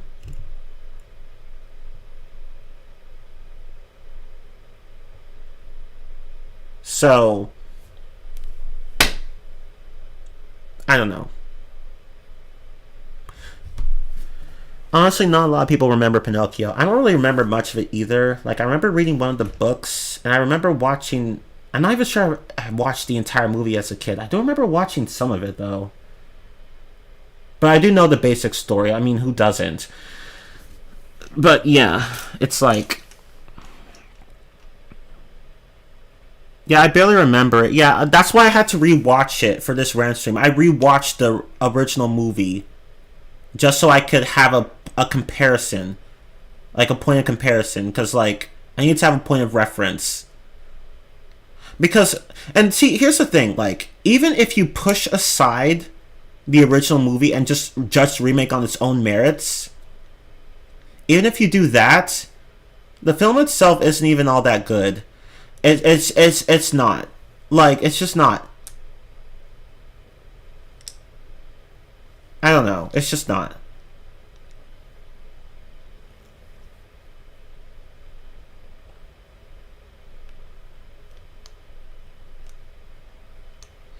Like, it's just basic at best.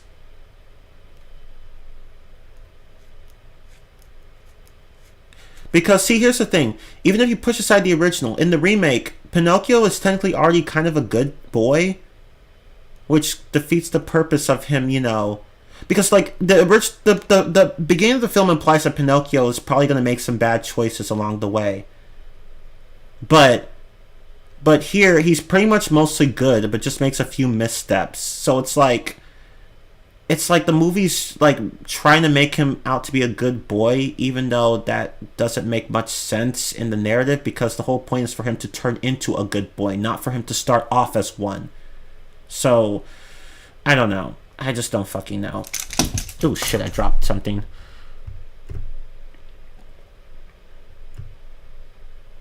Yeah, and it also doesn't hurt for a remake to try something different. You're right, Maple. I mean, there's something wrong with wanting to take have a different take on the story, like with Mulan 2020. Although Mulan 2020 just sucked. It's not bad because it tried to do the original story differently. It's bad because it just sucked in terms of storytelling. It just sucked in terms of storytelling. So remakes don't have to be... So remakes... Like, I feel like remakes... I should probably clarify something. Remakes don't necessarily have to be faithful to the original story. They just have to be. They just have to be faithful. Like they have to capture the same essence of the original story. Even if you change the plot, you still have to capture the essence of the original story. And the Pinocchio movie didn't really do that. Neither did Mulan 2020, but that's a different discussion. So, yeah.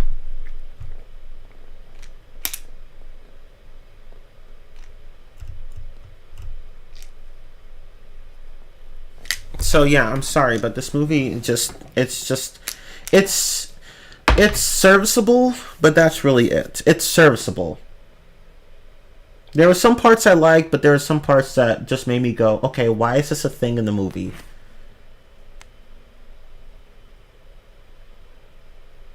I honestly prefer Mulan 2020 to this. I guess I can understand that, because Mulan 2020 is at least entertaining, in a sense. It's not exactly boring. So like, there's that.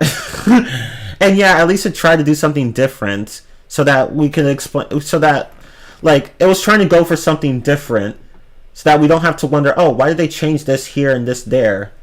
Oh, because they were just trying to change the story to tell it from a different perspective. And like, that's fine. No one says that you can't have different story. You can't have a different spin on things with remakes, but they did that with the Pinocchio movie for basically no reason at all, and it's just like, why?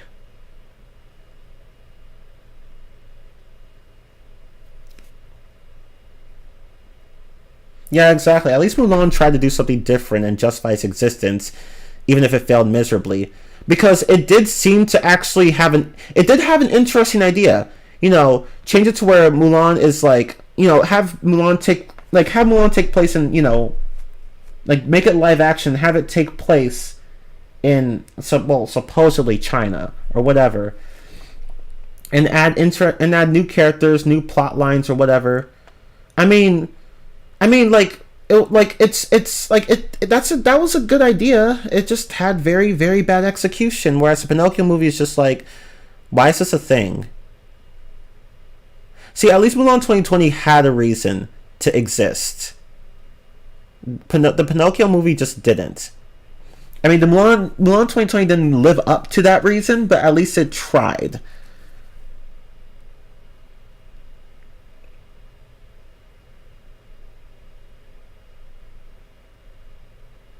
Whereas the Pinocchio remake, you're right, it doesn't try to be much of anything other than just existing. It's just there. It's literally just there.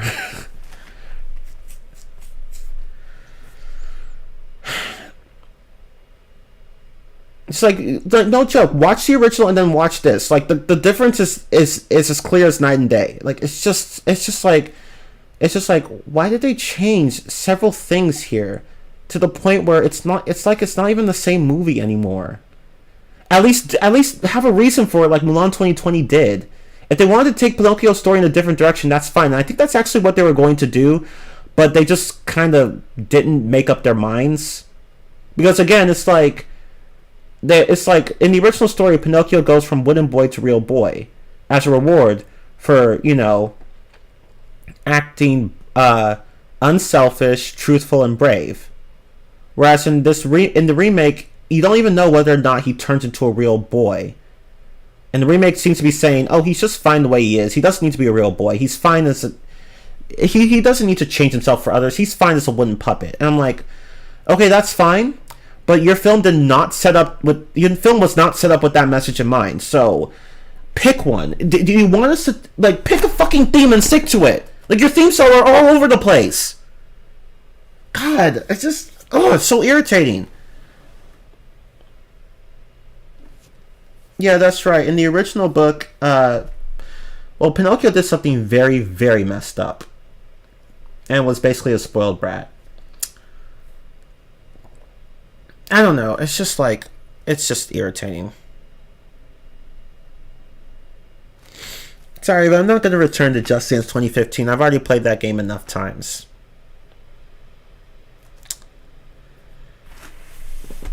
In fact, I'm not even going to play Just Dance for a while.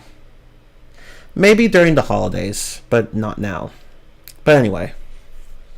It feels like it's trying so hard to be the most safe, least offensive, and creatively bankrupt remake imaginable and basically make itself inferior to the original. And it achieved that goal. It achieves that goal. Yeah, Pinocchio is quite dark. If you read the original book, it's actually it's a lot more messed up than the movie made it out to be. But that's how Disney works. They change things like that. Like if you read The Little Mermaid, it was also very dark too. Like compared to the happy ending that the main character Ariel was given in the Disney film.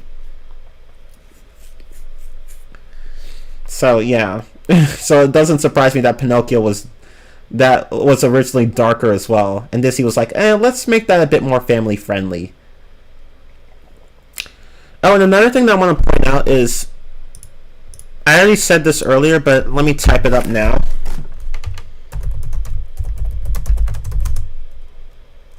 Let's see. The creators took out the smoking and drinking.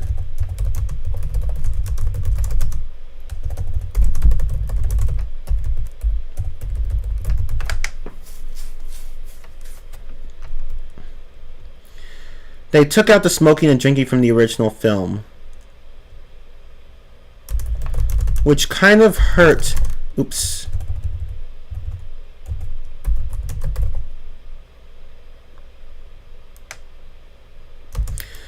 Yeah, actually, you know what? I don't know. I don't know about this point. Let me think for a moment. Because I feel like I understand why they did it, but at the same time, I didn't see it as a problem in the original film. So, okay, so if you remember the original film, there were many kids smoking and drinking on Pleasure Island. And here's the thing, though, and there are also there are other characters smoking as well, like Honest John, Gideon, the coachman. I think the coachman was smoking. I don't remember. But here's the thing, though. The movie clearly made it obvious. Like, the movie made it obvious that these things were bad, very, very bad. Yeah, like there were kids smoking and drinking, but the movie made it clear that these were things that they weren't supposed to be doing. But for some reason, the fucking creators of the remake changed that, because I guess they thought it wasn't family friendly. But I'm like, if the shit is actively being condemned in the film, then is it really an issue? Is it really an issue? Although, to be fair, this was live action, so they couldn't have kids actually smoking and drinking. But it's like it's like you could have at least made it look like they were still drinking. Just at least just you had root beer, make it just look like beer, and make them. I don't know. I just don't know. I don't know. I feel like, I don't know. Hold on, I'm still trying to think this through, because part of me is thinking, wait, maybe this isn't a good argument. Part of me is like, no, maybe it is. I don't know. On second thought, maybe I'm wrong, because that would have been hard to reproduce in live action anyway, so I don't know. Maybe I should just take that out. Never mind. Forget it. Never mind. It's not really an issue.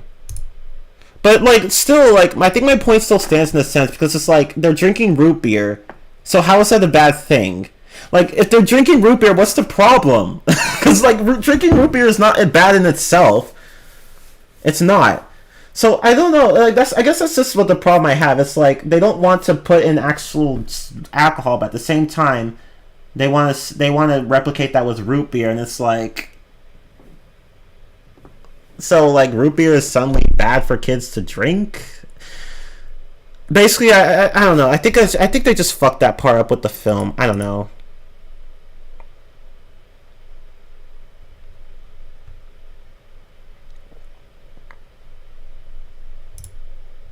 I don't know. I guess I should say that it's kind of stupid that they took out. I mean, I understand why they took out the smoking and drinking, but at the same time, they put in root beer, and somehow we're supposed to see this as a bad thing. where it's like almost like drinking. I don't know, like it just made no sense to me because drinking root beer is not who cares? I don't like root beer, but it's not like who cares if kids drink it? It's soda. Soda's not bad. In moderate amounts, obviously. So it's like why would they replace beer with root beer? They were better off just having I don't know. I just don't know. It just makes no sense. I guess like they replaced beer with root beer for some stupid reason. I guess that's the point I should be making. That makes more sense. Like why? Like root beer is not a problem. I remember Pixar had characters drinking wine in Ratatouille. Yeah, and one character in Tangled was a drunk. You're right. So what's the issue here? I don't know. Disney, you know, it's like Disney tried like this.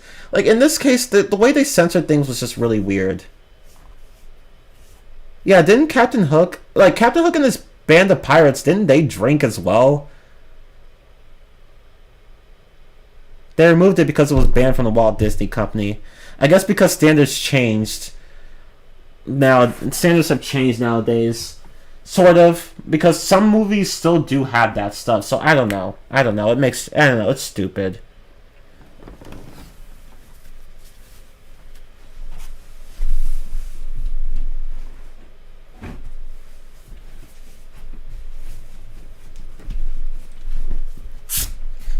But what can you do? But my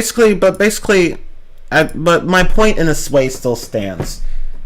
If you're showing that smoking and drinking is wrong, it's okay to have that on the screen. Hell, there were plenty of adverts in the mid 2000s that even had some kids actually smoking. So it's like if it's something that's being condemned, it's okay to show it. It's okay if possible. It's okay to show it. Like I don't know. I don't know. I just don't know. It's kind of stupid. But anyway. But yeah, as you said, like Disney, but like it was banned, so whatever. They're drinking and smoking, so they had to come up with something else, and they used root beer, and I'm just like, why root beer? Why root beer? It makes no sense. But anyway, are there any other negatives about this movie I can think of? I think I've covered everything. Because this movie, there's really not much to say. Like, it's just very basic. Like, there's a lot to say, but at the same time, there's not much that's there. We have useless characters, plot lines altered for no reason, an ending that makes no sense. I don't know. It's just, this movie... And on top of that, this movie isn't even necessary. Like, did we really need this? As Maple pointed out, we didn't need this. Like, we didn't need this. Like, it was neither faithful to the original, nor did it actually develop a new, interesting storyline. So, it was like trying to do... It felt like something in between. And this was the result. So, at this point, it's like... So this film, it feels like this film was just trying to play it safe, as Maple pointed out, but it just failed in the end. So basically, my question is this: what was this film trying to be? Because it seems I was trying to be faithful, but at the same time not. So I have no idea what it was trying to be. That's just my point.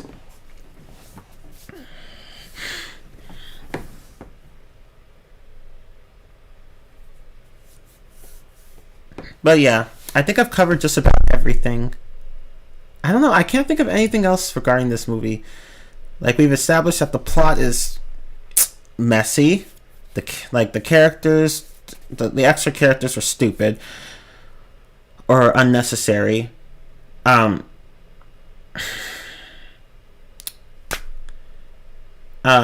ending was dumb. Pinocchio's character development made no sense. The whole movie was a waste of... Like, it even felt kind of like a waste of time, if I'm going to be honest. But anyway, conclude. Comments. Okay, any comments? The Emoji Movie is garbage. Like, it's garbage. Not much else to say about it.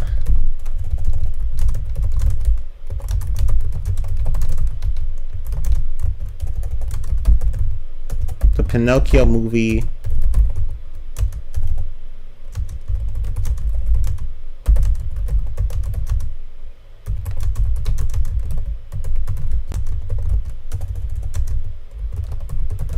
feels like it tried to be both a faithful adaptation and a new version, and failed spectacularly at both.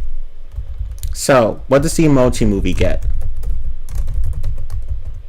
It gets a 1 out of 10. The Pinocchio remake. I should say remake, not movie. Sorry. I don't want to like cause confusion. Although I'm sure you all know what I mean. The Pinocchio remake gets, I guess, a 5 out of 10. At most. Yeah, I can't think of anything else to say about this movie. I think we've pretty much covered the main points.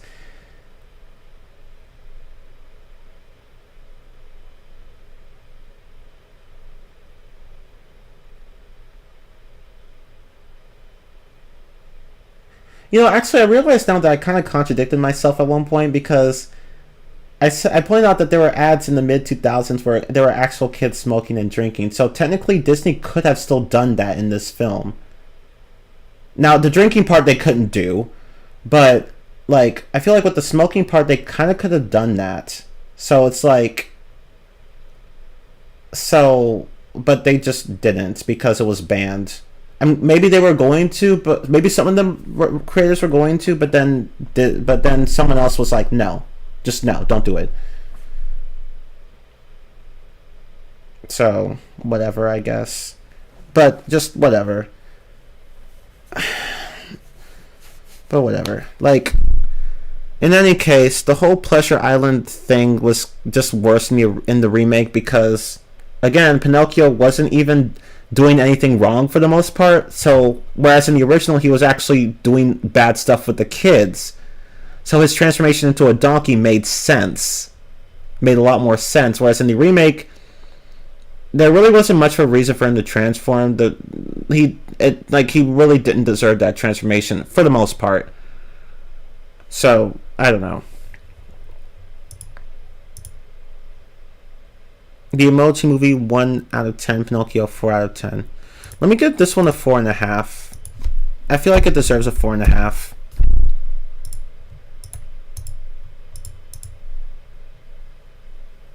Chairman says 3 out of 10. Damn. But yeah, I don't have anything else to say.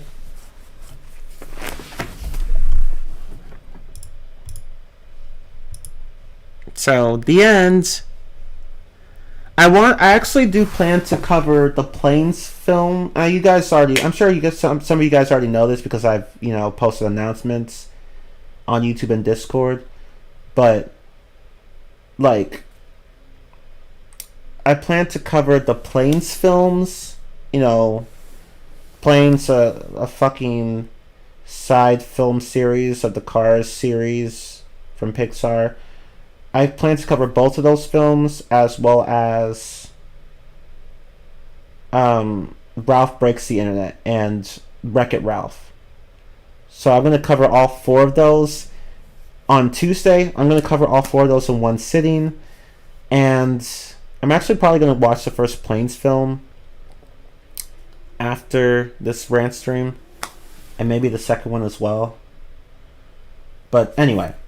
So I plan to cover both of those series, and also on Wednesday I'm going to go and cover those 4 DreamWorks films that I've been meaning to cover, which were Shark Tale, Ants, and the 2 Boss Baby movies. I mean, you all know that, like, Well, maybe not all of you do, but you probably know what I'm gonna say for those four movies. Honestly, out of all those four, I think Ants is the only decent one. Shark Tale and the Boss Baby movies just suck. They suck. They just suck. I mean, I like Shark Tale, but it sucks. It sucks. It just sucks. In a lot of ways. So, yeah. Whereas the Boss Baby movies, they not only suck, but I just outright don't like them. Especially the second one. If you thought the first one was bad, the second one's even worse. It's a lot more what the fuck. And not in a good way. It's like the writers were on acid when they were writing that. I feel like the writers were on acid when they wrote the Boss Baby sequel. I think that's what happened. Because it feels like the whole thing was written by someone who was on acid. That's all I have to say on that.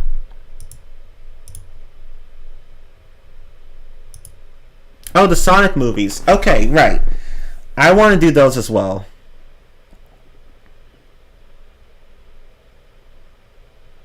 I want to do those as well. The Sonic movies. In fact, I ordered both movies from Amazon, and I have the second one, but the first one is still coming.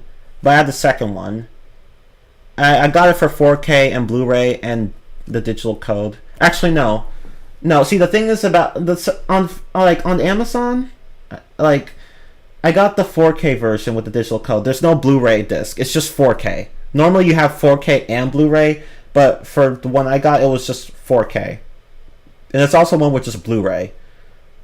And each come with a digital code. So I was like, fuck it, I'm just gonna get 4K and then the digital code. So I did that. Because like why wouldn't you do that? Because like even if you can't play 4K, you could at least get you could still get a standard HD experience. But anyway, whereas with Blu-ray, well, you can't go to 4K. But yeah, I have Sonic 2, so I'm just waiting for Sonic 1 to come in. And that one comes with both 4K and Blu-ray. So, yay. And a digital code.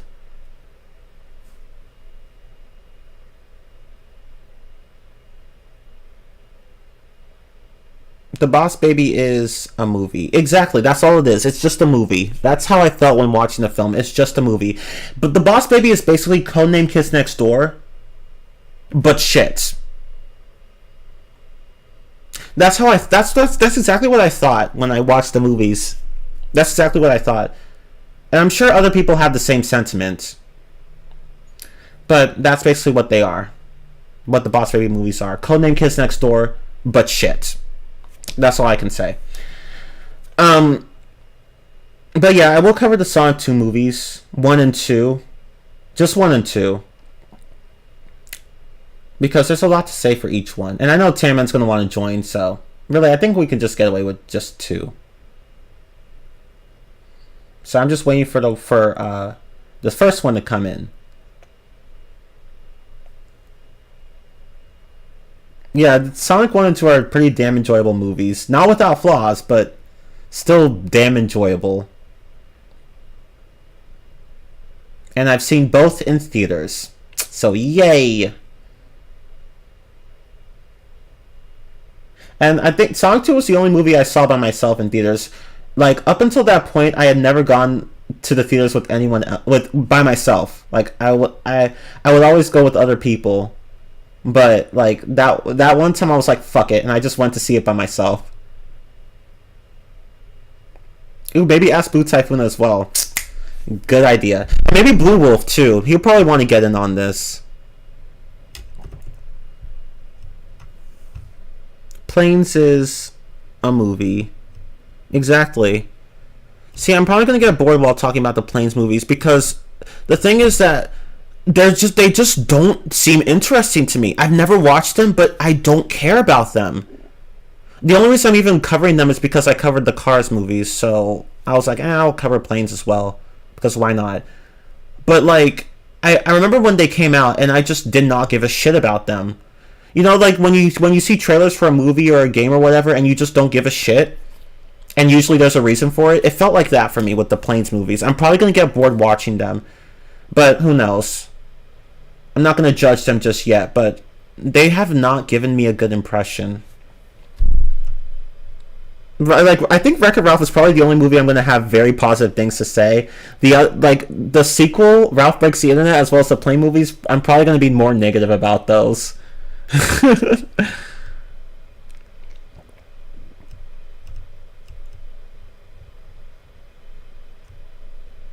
Yeah, Shark Tale has aged like crap. It really has. It really has.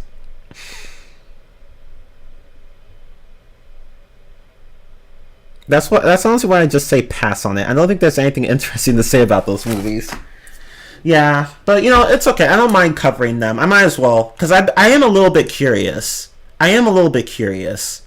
They probably suck, but I am a little bit curious. I've never seen any of the Chucky movies. I might check them out. You still have the Song 2 poster hanging up on your wall. Nice. Nice.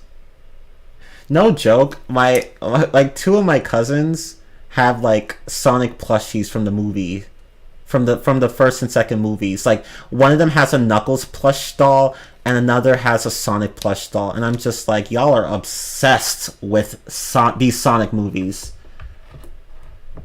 And I'm like, if I hear that fucking Imagine Dragons song one more time, the song that goes My Enemy, I forgot what the title is, but because like one of them was playing that shit a lot, and it had Sonic footage playing through it, and I'm just like, stop, please, you are assaulting my ears. I am tired of hearing Imagine Dragons everywhere. Stop, just stop.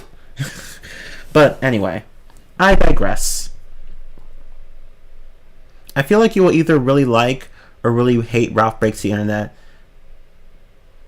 It seems to be a pretty split movie all around. That's not a good sign. If a movie is polarizing, that's really not a good sign, because it's like okay, so like is there no like in the middle? Like, does anyone just not tolerate the movie?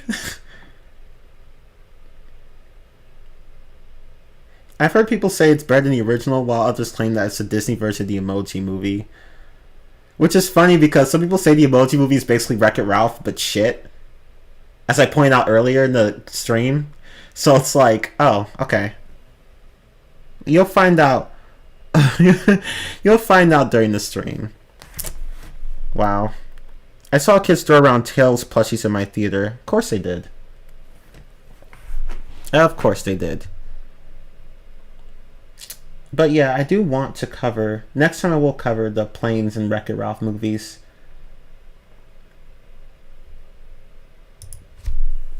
So I'm probably going to cover... Actually, you know what? I think... See, the Planes movies don't seem so... They seem so uninteresting to me that I'm probably just going to watch Wreck-It Ralph. I feel like watching Wreck-It Ralph tonight instead. Because I really want to watch it and its sequel. I'm really curious about those movies, because I've heard so many good things about the first one, but so many bad things about the second. People really hate the second. Oh my god. It's really funny. But I don't think I have anything else to say regarding the movies here. Like the Pinocchio movie, basic. The Emoji movie. Sony, how did you go from open season to the Emoji movie? Like, Sony, how did you go from open season to the Emoji movie? Open season is better than the Emoji movie. How does that happen? How do you go from this, which was mediocre, very mediocre, to this, which was just borderline crap? Seriously, like, how do you go from... Oh my god, Sony. Oh my god, Sony. Like, what the fuck? I mean, at least we got It's the Spider-Verse and the Hotel Transylvania series, right? So it's like, but damn, Sony, what happened? What happened? Damn. But anyway. How do you go from Hotel Transylvania to this? Right? Like, what were they thinking? The movie is basically product placement with Toy Story, with the very generic, basic as fuck Toy Story plotline slapped onto it. That's all it is. Even The Secret Life of Pets did the whole Toy Story thing better, and it sucked at that too. How does that happen? How are you even worse than The Secret Life of Pets at being Toy Story? How does that happen? Like, Jesus Christ. Okay. Jesus Christ, like, oh my god. Damn, just damn, Sony, you really dropped the ball on this one. Everyone hated the Emoji movie. Even the title itself sounds dumb. The Emoji movie. The Emoji movie. That's every time I hear that I want to laugh because it sounds so stupid. The Emoji movie. Like like that's I'm sorry, I just don't know how else to feel about this. Oh, the Mario movie. Oh no, I'm not excited about it. Like I like Illumination's making it, and I don't like Illumination Entertainment. They are very lazy when it comes to create their creations. Except for like the first Despicable Me movie, they've been very lazy with their products generally. And after the atrocity that was Hop, I'm just like, no. I'm not excited about the Mario movie at all. I'm sorry, but no. Just no. A big no. Oh my god. Just no. The Emoji movie? What a stupid name. And a stupid concept. Oh my god, I'm sorry. That's the thing. Everyone always remembers the highest of the high or the lowest of the low. No one ever remembers the middle. Huh. That's actually a good point. Like either you really either you really like something or you don't in many cases. And it's funny. Like Mulan 2020. Well, actually that almost everyone hates that one. So no, I can't use that as an example. But it's still like the whole going to the extremes thing where it's like either you like it or you don't, and most people just didn't like it.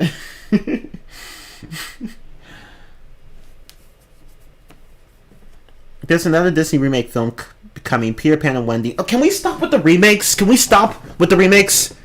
Like, I'm really getting tired of seeing all these remakes. After the Lion King remake and the Pinocchio remake, I'm just like, can y'all stop? Can y'all stop with the remakes? Can y'all stop? I'm getting tired of these. I don't even want to touch Aladdin. I don't want to touch it. I'm not touching that one. I'm not touching that one or Beauty and the Beast. I'm not touching either of those. I'm tired of these remakes. No, stop. Just stop. Just stop. We don't need any more remakes. Stop it with the remakes, Disney. Like, can you not think of anything else to make at this point? Like, you guys made Turning Red, and that was a great movie. You can't think of anything else to work with? You made Soul. That was a great movie. You made Encanto. That was a great movie. I'd use Raya and the Last Dragon, but no. Just no to that one. But, like, you made Zootopia. You can't think of anything else to make at this point. They're just making remakes. It's like, we don't know what else to do, so let's just remake. So let's just make remakes of things of classic films that nobody asked for. Yeah, sure. Just wait until they remake Tangled and Frozen. I will, if they do that shit, and I feel like it's gonna look really bad. If they do that shit, I'm out. I will even unsubscribe to Disney Plus. No, I'm kidding. I won't. But but no. The live action remakes keep making money. That's why they keep making them, even if they get critically panned, like Mulan 2020.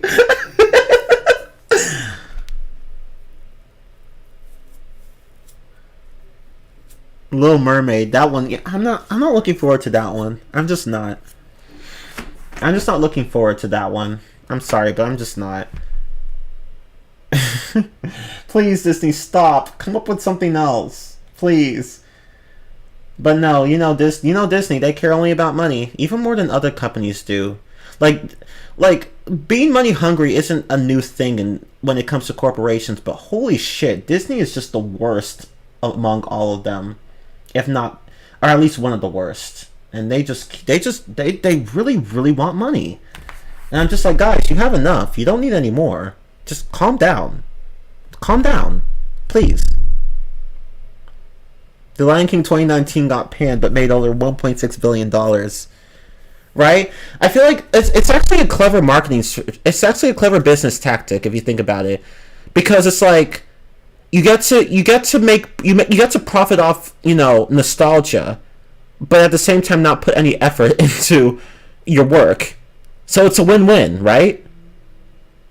That's what Disney is doing. That's technically what they're doing. They're like, okay, let's do a bunch of remakes, and since people are going to be, people are going to be like hoping for some nostalgic action or whatever, we don't have to work very hard. The name itself can carry the film, at least financially. And I'm like, y'all are nasty and disgusting. That's what I'm going to say. Disney, y'all are just, ugh. That technically makes it the highest grossing animated movie of all time and not Frozen 2, since it's technically animated and not live action. Yeah, that's the thing. It feels just like the Minions movie, which got like over $1 billion in the box office. And I'm just like, why? Because much like the Lion King, the Minions movie is just very basic. Yet it made a lot of money anyway. Which is weird. Like, that's the thing about marketing. Your product doesn't necessarily have to be good. It just has to sell. And it's kind of sad, because you get a lot of crappy products. But if people are willing to pay that much for those crappy products, then, right? Like, then people will take advantage of that. And it's disgusting, but that's just how the business world is. Of course, you already know this, Maple. I know this. Everyone knows this, but it's fucking sad. Like, it doesn't matter if your product's good; it just has to sell. And it's just, that's how Disney works, and Illumination as well. Illumination's not as bad as Disney in certain ways, but they're kind of the same when it comes to actual effort in some of the movies they make. But yeah, what can you do?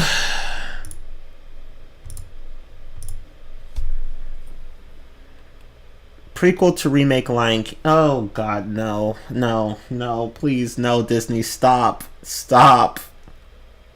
please, stop, Disney, stop. You are killing me with all these remakes. They've made so many that I honestly can't keep up. I can't keep up.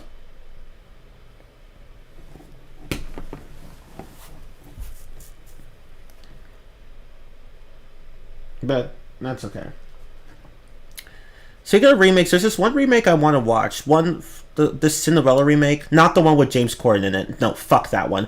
I'm talking about the 2015 one. I want to actually watch that one, because that one seems pretty cool. But it's not on Disney Plus anymore. I think it was on Disney Plus at one point, but then it was removed. So I'm just waiting for it to come back to Disney Plus. I don't really want to go out and buy it from Amazon. But I really want to watch the 2015 Cinderella film. I want to watch that one. Not the James Corden crappy. Not that one with Camila Cabello. I don't care about her or James Corden. But I really want to watch the 2015 one. Yeah, just stop going to them. The only way they stop making them is if they stop making money. That is true. Because, see, that's another thing that's important when it comes to business. We, the consumers, have all the power, if you think about it. If we stop buying shit, people will stop making that shit. Right? Like, if we stop buying it, people will stop making it. Like, if we show these companies that we want better, they will do better.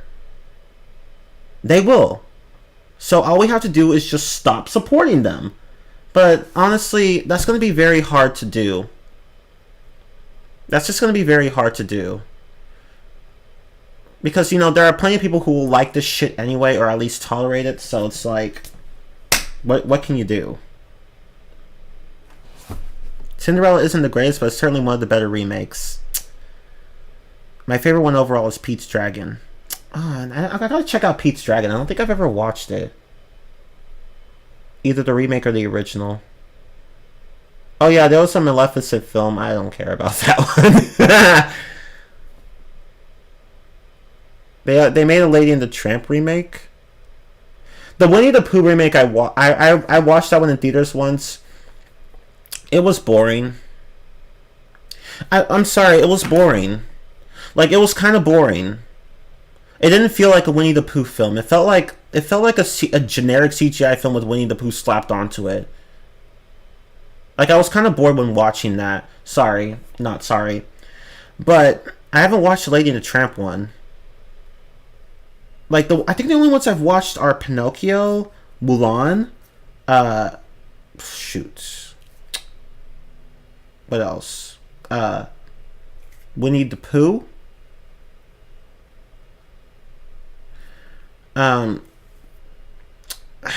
What else? I feel like I've watched more. The Lion King. Did I say The Lion King? So The Lion King, Mulan, Winnie the Pooh, Pinocchio. Are there any other remakes I've watched? I think those are it. Maleficent was just bad, so I've heard. That's why I don't want to watch it. And it's like I'm just like, nah. I'll just stay away from it. Unless I stay away from critically panned movies unless I want to watch them for like a Rantstream or something. Otherwise, I just stay away from them, or unless I'm really really curious, which is very rare. So like, I literally just stay away from them.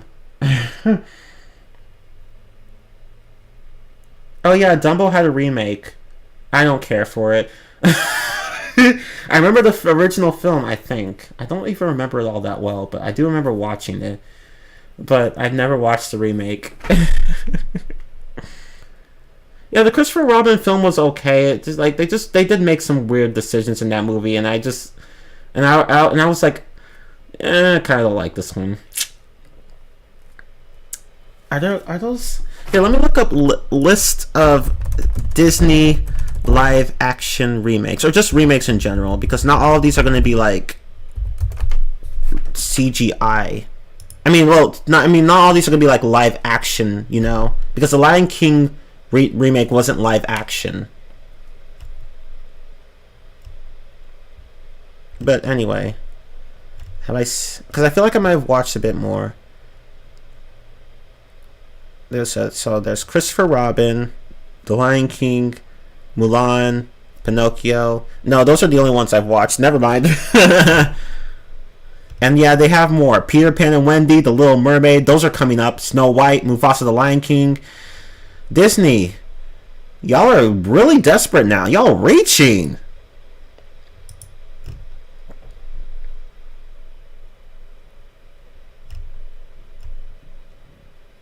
Y'all are reaching.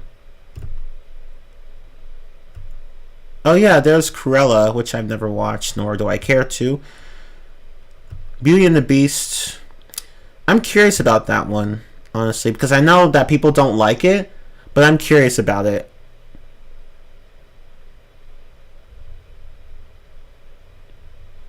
Alice Looking Through the Glass. Have I seen this one? I feel like I might have seen that one. I think I have watched that one. Let me look, because that's not helpful.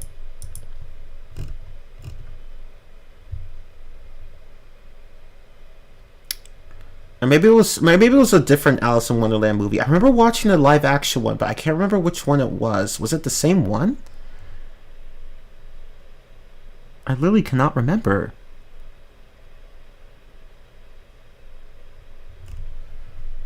Let me look, because I remember watching a live action version of Alice in Wonderland, but I cannot remember which one it was. If there even is more than one.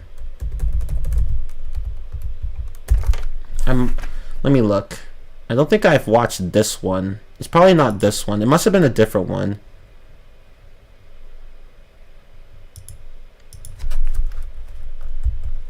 Or maybe it was this one. No, I think it was this one.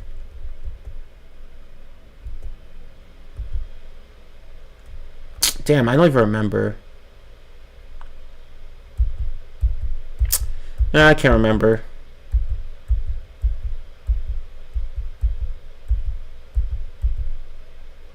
I think it was. It must have been this one. I honestly don't know.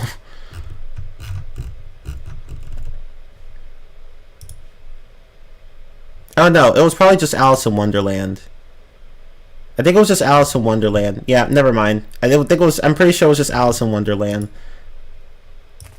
That's probably what it was. Because it's like, wait, because I saw a character in this trailer for Alice looking through the glass, but I was like, wait, how did like that? Wait, that character should not. That I thought that character turned into a butterfly at the end of the film, not before. So it's like, oh, that must be looking at this a sequel or something. Yeah, so I did watch the Alice in Wonderland remake, not the Looking Through Glass.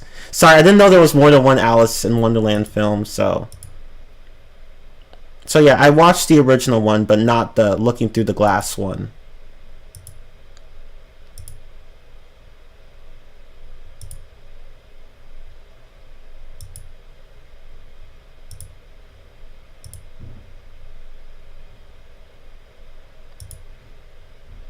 So, yeah. So that's 5 I've watched. I didn't even know there was a second Alice in Wonderland remake.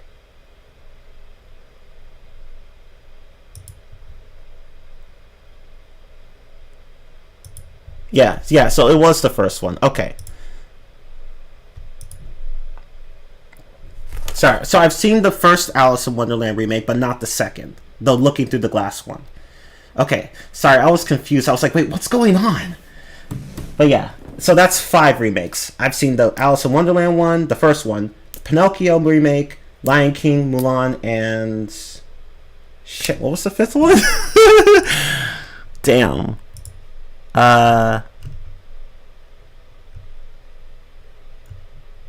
Christopher Robin, that's what it was. Okay. There we go. Yeah, so, okay, that's 5 I've seen. But how many of them are there right now? Let's see. 1, 2, 3, 4, 5, 6, 7, 8, 9, 10, 11, 12, 13, 14, 15, 16, 17. Huh. 17. Okay. Wow.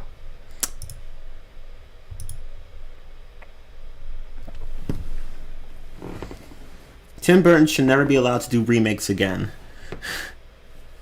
And I say this as a big Tim Burton fan. I really enjoy most of his movies, but his worst ones are usually remakes. So why doesn't he just stop doing them then? I guess no one's given. I guess he hasn't gotten the hint.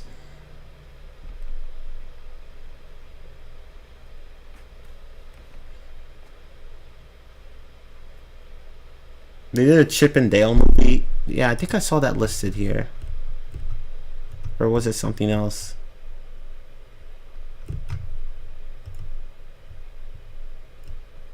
Why are there 2 Jungle Book remakes?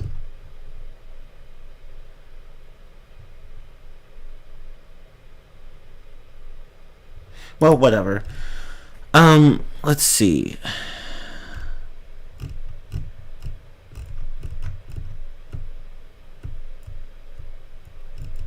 Yeah, I don't see it here. Maybe I'm missing something. Ah, yes, a Chip and Dale movie. The movie that redeemed Ugly Sonic. Ha ha!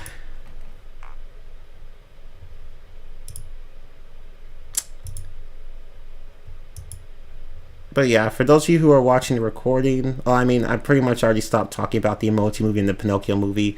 Because I got bored and wanted to talk about something else.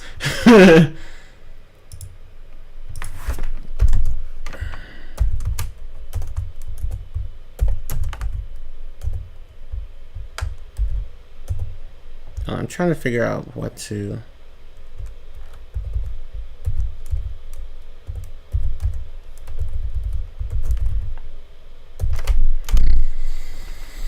Okay. Let me just change the title so that way I'll just that's kind of a warning that I kind of go off on a tangent after the stream. So, but I think that's really it. I want to cover the live remix as well. So I want to cover those as well. I feel like I'll cover like 4 movies per stream. I don't want to go more. I don't want to do more than 4 because that'd be too much. So like I could do like, say, the 2 Alice in Wonderland movies, the remakes, and then the 2 Dalmatians remakes for one, like for example, and then I could do Aladdin, Dumbo, The Lion King, and Maleficent for another 4. I really don't want to rewatch Christopher Robin, but that's okay. I don't mind doing it. If like I don't want to do it, but it's like I can tolerate it. I can tolerate watching it again. That's what I mean. But anyway, yeah, you get the idea. And they're gonna make more and more and more. It's just like, stop, stop, Disney, no, stop. But yeah, I think I've said just about everything I wanted to say. So I think I'm just gonna end the stream here. Cruella, no, not Cruella. I plan to watch Cruella at 1.2, but oh yeah, Cruella. I should probably include that one as well. So I'd have to I have to watch 101 Dalmatians, 102 Dalmatians, and Cruella.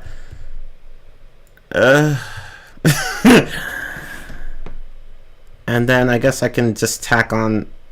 Like, say, Lady and the Tramp to that. Lady and the Tramp, man, I have not watched that movie in years, decades even, because it's like, I remember the movie. I remember watching the movie, but I don't remember, like, a lot of it. Like, with a lot of other movies as well. Like, you know, you watch movies as a kid, and then you just forget the details, like, years later. But I think I've watched, like, really, I've watched most of these movies listed here. The only ones that I don't remember watching are probably... No, I'm pretty sure I watched all of them. At least like some parts of them, except for The Jungle Book, because that one I think I only watched like a bit of it and then stopped. But all the other ones listed here, like the Dalmatians movies, Alice in Wonderland, Beauty and the Beast, Lion King, so on and so forth, those I remember watching entirely, as well as Peter Pan, Hercules. You get the idea.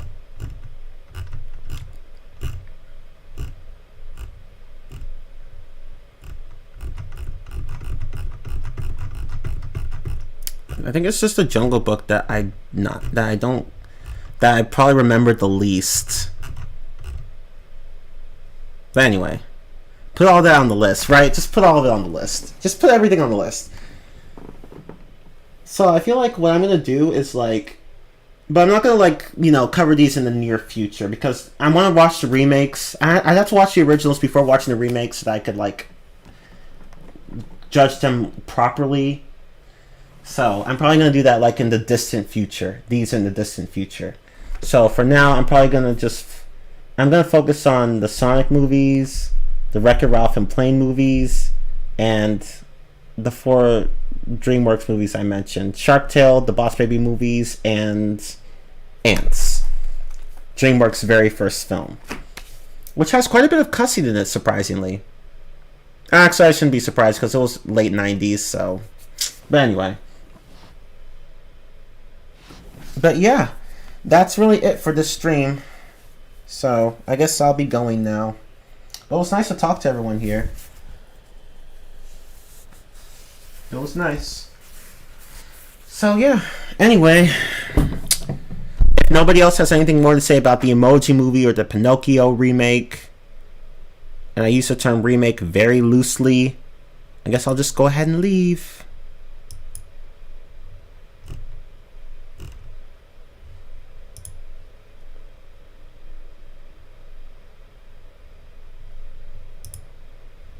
But yeah, I've seen the Alice in Wonderland remake, but not the sequel. The Alice Looking Through the Glass. I didn't even know that there was a sequel to that one, honestly. I was like, they made a sequel to the Alice in Wonderland remake? I was like, I didn't know that. I knew that they made a remake of the original film, but not a sequel. Wow. Okay. But yeah, the Emoji movie sucks. The Pinocchio remake sucks a little less, but still kind of sucks. What can you do? But yeah, I'll go ahead and leave you guys alone so I can go and watch my shit and you guys can go and do whatever. But yeah, thank you all so much for watching this rant stream. I'm Team15. I will see you guys next time. On Tuesday, we'll cover Planes and Wreck-It Ralph. But yeah, until then, deuces and goodbye. Oh yeah, and on Wednesday, we'll be covering the 4 DreamWorks movies. And the week after that, we'll probably be covering like the Sonic movies. But yeah, I'll let you guys know later. Well, I'll give you guys more information on that later. But anyway,